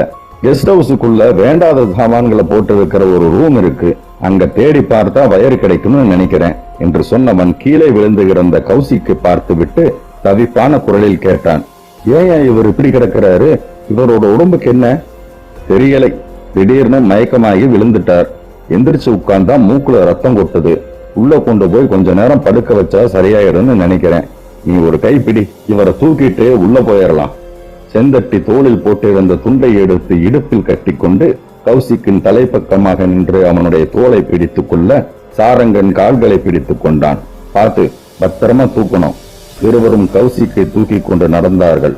செல்போன் டார்ச் வெளிச்சத்தோடு அன்பரசி முன்னால் நடக்க இருட்டான கெஸ்ட் ஹவுஸை நோக்கி நடந்தார்கள். சிரமமாய் மாடிப்படிகளில் ஏறி கௌசிக் தங்கியிருந்த அறைக்குள் நுழைந்து அங்கே இருந்த கட்டிலில் படுக்க வைத்தார்கள். சாரங்கன் கூப்பிட்டான். செந்தட்டி, ஐயா, நீ முதல்ல ஜெனரேட்டர் சரி பண்ணு. கரண்ட் இல்லாம இருட்டுல ஒண்ணுமே பண்ண முடியாது. இதோ இப்ப பாத்துறீங்கய்யா, இதுக்கு தேவையான வயர் இங்க இருக்கிற ஸ்டோர் ரூம்ல தான் இருக்கு சொன்னவன் தன் மனைவி மீனாட்சியிடம் திரும்பினான். வாப்புள்ள, 2 பேரும் தேடினாத்தான் சீக்கிரம் கிடைக்கும். அந்த ஸ்டோர் ரூமை ஒரு நாளைக்கு சுத்தம் பண்ணணும். வேண்டாத சாமான்கள் எல்லாம் ஏகப்பட்டது கிடக்கு. நான் சொல்லிட்டு தான் இருக்கேன், நீ தான் அந்த வேலையை தள்ளி போட்டுக்கிட்டே வந்த. இருவரும் சண்டை போட்டுக்கொண்டே வெளியேறினார்கள். சாரங் கௌசிக்கை செல்போனின் டார்ச் வெளிச்சத்தில் நினைத்துக் கொண்டே சோதித்து பார்த்தான். மூக்கில் ரத்தம் வருவது நின்று போயிருக்க, ஏற்கனவே வளைந்திருந்த ரத்தம் கருஞ்சிவப்பு நிறத்துக்கு உறைந்து போயிருந்தது. என்ன சாரங், கௌசிக்கோட உயிருக்கு எதுவும் ஆபத்தில்லையே? எனக்கு என்ன சொல்றதுனே தெரியல. ஒரு டாக்டர் வந்து பார்த்துட்டு தான் இவனுக்கு என்ன ஆயிருக்குன்னு சொல்லணும். இந்த நடுக்காட்டுல டாக்டருக்கு எங்க போறது? ஒரு காரியம் பண்ணனா என்ன சாரங், சொல்லு. இப்பவே கௌசிக்க காரோட பின் சீட்ல படுக்க வச்சுட்டு தென்காசிக்கு போய் ஒரு ஹாஸ்பிட்டல் அட்மிட் பண்ணா என்ன? நீ என்ன பேச்சு பேசுற அன்பரசி? இப்ப மணி 11. இந்த ராத்திரி நேரத்துல காட்டுக்குள்ள பயணம் பண்றதும் பாலங்கணத்துக்குள்ள விளையாடுறதும் ஒண்ணுதான். இந்த மாதிரியான நேரங்கள்ல யானையோட நடமாட்டம் எல்லாம் இருக்கும். எனக்கு அது தெரியாதா என்ன? ஆனா கௌசிக்கோட நிலைமையை பார்க்கும்போது கொஞ்சம் உதறலா இருக்க. எனக்கு மட்டும் அந்த பயம் இல்லையா என்ன? பொழுது விடியற வரைக்கும் நீயும் நானும் பொறுமையா இருந்துதான் ஆகணும். சாரங், பொழுது விடியறதுக்குள்ள இங்க என்ன மாதிரியான சம்பவங்கள் நடக்க போகுதோன்னு மனசுக்குள்ள தடக்குன்னு இருக்கு. அன்பரசி, நீ இப்படி பேசுறதுக்கு காரணம் அந்த அமானுஷ்யம் என்கிற விஷயத்துல பிக்ஸ் ஆயிட்ட. அதுல இருந்து நீ விடுபட்டு வேற விதமா யோசிச்சு பார்க்கணும். வேற விதமான எப்படி? நாம எதுக்காக இங்க வந்திருக்கோம்? நிஷ்கலங்கா சங்கு பத்தின ஆய்வுக்காகவும் அது பத்தின ஒரு ப்ராஜெக்ட் ப்ரிப்பரேஷனுக்காகவும் தான் வந்திருக்கோம். அந்த முயற்சிக்கு யாரோ டிஸ்டர்ப் பண்றாங்கன்னு நினைக்கிறேன். யாரு தெரியல, கண்டுபிடிக்கணும். எப்படி கண்டுபிடிக்க போறோம்? வா. எங்க நீ தங்கி இருந்த ரூமை பார்க்கணும். மேல ஏதோ ஒரு ஃபோர்ஸ் வந்து மோதுனதா சொன்னீங்க. ஆமா, இப்ப போய் பார்க்கலாம் வா. எனக்கு பயமா இருக்கு சாரங். நான் இருக்கும்போது என்ன பயம்? வா போய் பார்க்கலாம். சாரங்கன் சொல்லிக்கொண்டே அந்த அறையை விட்டு நகர முயன்ற வினாடி கீழே ஹாலில் அந்த அலறல் சத்தம் கேட்டது. செந்தட்டியும் மீனாட்சியும் ஒரு சேர சேர்ந்து அலறிய அலறல் அது.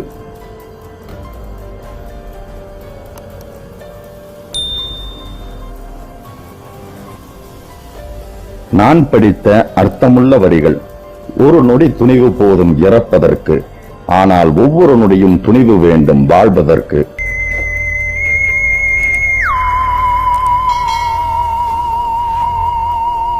அத்தியாயம் 14. அந்த அலறல் சத்தத்தை கேட்டதும் சாரங்கனும் அன்பரசியும் கதிகலங்கி போனவர்களாக அறையை விட்டு ஒரு மைக்ரோ வினாடிக்கும் குறைவான நேரத்தில் புயல் காற்றாய் வெளிப்பட்டு ஓடினார்கள். மாடிப்படிகளில் இறங்கும் போது அந்த அலறல் சத்தம் நின்று போயிருந்தது. அவங்களுக்கு என்னாச்சுன்னு தெரியலையே. சாரங், இப்பவாவது நீ நம்புறியா? இங்க ஏதோ பிரச்சனை இருக்கு. அது விசிபிளா இல்லாம இன்விசிபிளா இருக்கு. அன்பரசி, கொஞ்சம் பேசாம வர்றியா? முதல்ல அவங்களுக்கு என்னாச்சுன்னு பார்க்கலாம். மரத்தாலான படிகளில் இருட்டில் தட்டு தடுமாறி இறங்கி கீழே வந்தார்கள். அவங்க எங்க இருக்காங்கன்னு தெரியலையே. சாரங்கன் குரல் கொடுத்தான். செந்தட்டி, செந்தட்டி. நிசப்தம். அன்பரசி தன் கையில் இருந்த செல்போனின் டார்ச் லைட் வெளிச்சத்தை எல்லா திசைகளுக்கும் துரத்தி துரத்தி பார்த்தாள். அவர்கள் தட்டுப்படவில்லை. செந்தட்டி, செந்தட்டி. சாரங்கன் இருட்டில் சில அடிகள் முன்னேறினான். கருப்பு துணியால் கண்களை கட்டியது போன்ற இருட்டு எல்லா பக்கமும் பரவி தெரிந்தது. குரலை தாழ்த்தி கூப்பிட்டான். அன்பரசி. செல்போன் டார்ச் வெளிச்சத்தை வலது பக்கமா திருப்பு. அங்க ஏதோ அசையற மாதிரி இருக்கு. டார்ச் வெளிச்சம் திரும்பியது.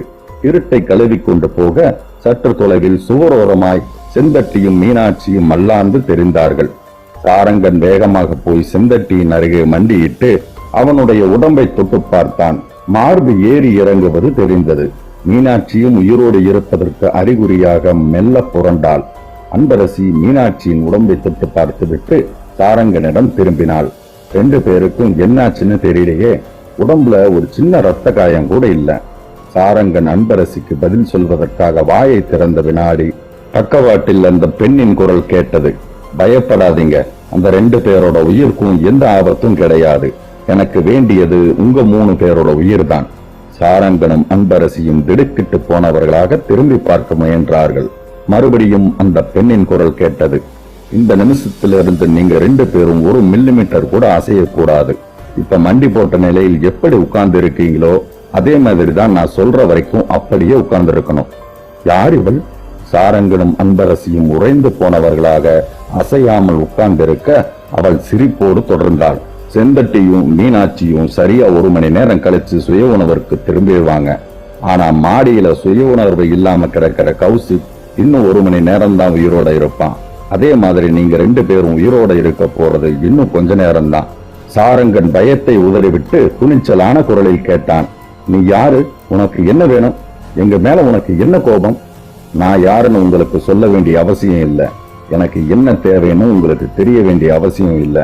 ஆனா உங்க 3 பேர் மேலையும் என்ன கோபம் என்கிற கேள்விக்கு மட்டும் பதில் சொல்றேன்.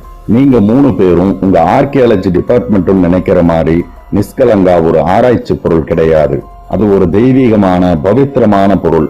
அந்த சங்கு ஸ்ரீ கிருஷ்ண பரமாத்மாவின் கையில் இருந்த பாஞ்சஜன்யம் சங்குக்கு சமமானது. அதுக்கு உண்டான மரியாதையை யார் தரலையோ அவங்க மேல எனக்கு கோபம் வரும். அந்த கோபத்தோட வெளிப்பாடுதான் இதெல்லாம். அன்பரசிக்கு அழுகையும் பயமும் சேர்ந்து கொள்ள உடைந்த குரலில் குறுக்கிட்டாள். நிஷ்கலங்கா சங்கு தெய்வீகமானதுன்னு எங்களுக்கு தெரியும். நாங்க அதை ஒரு ஆராய்ச்சி பொருளா நினைக்கல. இதோ பார், கௌசிக், சாரங்கன், நீ 3 பேரும் இதுக்கு முன்னாடி எது மாதிரியான ஆராய்ச்சிகளை எல்லாம் பண்ணி புனிதமான கோவில் பொருட்களை எல்லாம் உங்க ஆர்கியாலஜி டிபார்ட்மெண்ட்ல இருக்கிற மியூசியத்துக்கு காட்சி பொருளாய் கொண்டு போனீங்கன்னு லிஸ்ட் போட்டு காட்டவா? கும்பகோணத்துக்கு பக்கத்துல ஒரு பழங்கால கோயில்ல சித்தர் ஒருத்தர் தன் கைப்பட எழுதிய ஓலைச்சுவடி ஒண்ணு இருந்தது.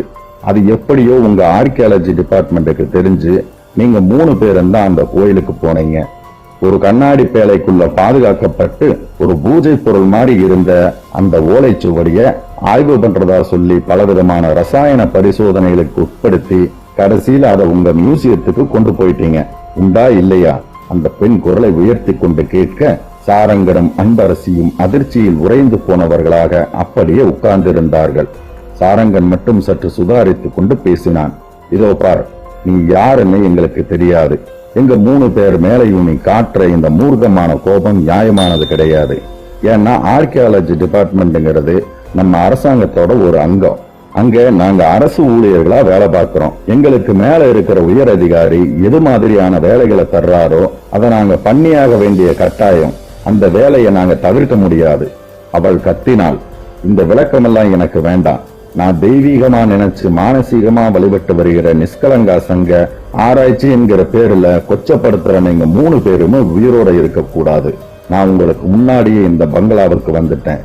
ஜெனரேட்டரை முடக்கியது நான் தான். இங்க ஒரு அமானுஷ்யமான சக்தி இருக்குன்னு நம்ப வைக்கிறதுக்காக எங்கிட்ட இருக்கிற லேசர் டயோட் டிரைவர் அப்படிங்கிற ஒரு டிவைஸை உபயோகப்படுத்தி அன்பரசிய மயக்கத்துக்கு கொண்டு போய் அவளை கட்டலுக்கு கீழே படுக்க வச்சு அவளோட செல்போனை தூக்கி மாடிப்படிகளுக்கு கீழே போட்டேன். அதே மாதிரி கௌசிக்கிற்கு மூக்குல ரத்த வரவழைச்சதும் செந்தட்டியையும் அவனோட மனைவி மீனாட்சியையும் இப்படி ஒரு தற்காலிக மயக்கத்துக்கு கொண்டு போனதும் அந்த லேசர் டயோ டிரைவரோட கைங்கரியம் தான்.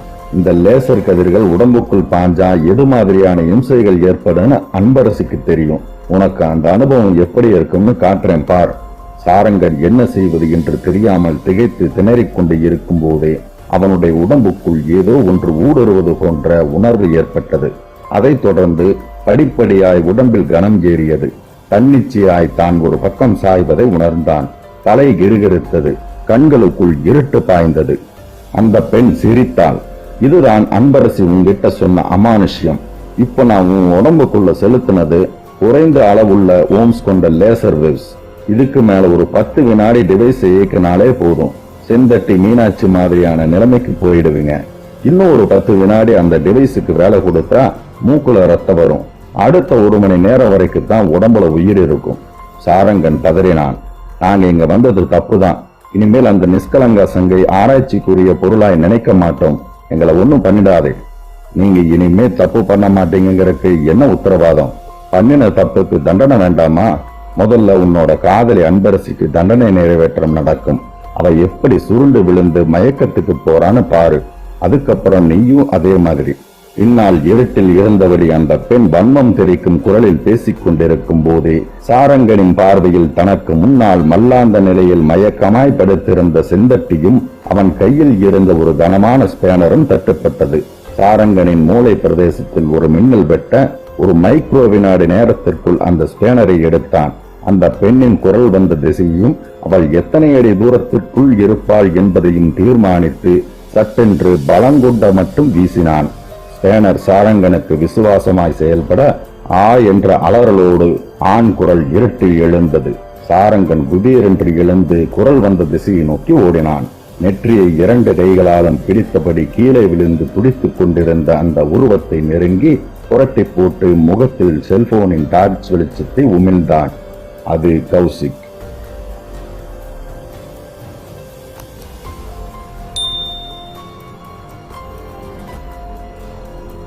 நான் படித்த அர்த்தமுள்ள வரிகள். அழகை பற்றி கனவு காணாதே. அது உன் கடமையை பாழாக்கும். அதற்கு பதிலாக கடமையை பற்றி கனவு காண். அது உன் வாழ்க்கையை அழகாக மாற்றி காட்டும்.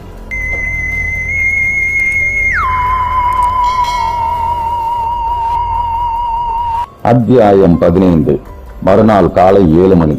தென்காசி அரசு மருத்துவமனை.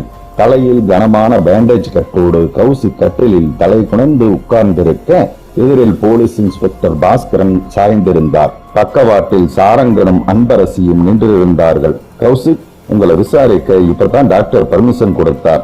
நான் எது மாதிரியான கேள்விகளை கேட்க போறேன்னு உங்களுக்கு தெரியும். நீங்களே எல்லாத்தையும் சொல்லிடுறீங்களா, இல்ல நான் கேள்விகளை கேட்கட்டுமா? இன்ஸ்பெக்டர் பாஸ்கர் கேட்க கௌசிக் கண்களில் நீரோடு நிமிர்ந்தான். சார், இனிமே மறைக்க ஒண்ணும் இல்லை. நான் எல்லாத்தையும் சொல்லிடுறேன். காதல் கண்ணை மறைக்கும்னு சொல்லுவாங்க. அது என்னோட விஷயத்துல கண்ணை மட்டும் இல்ல, என்னோட அறிவையும் மழுங்கடிச்சிருச்சு. நான் அன்பரசிய கடந்த 1 வருஷ காலமா காதலிச்சுட்டு வந்தேன்.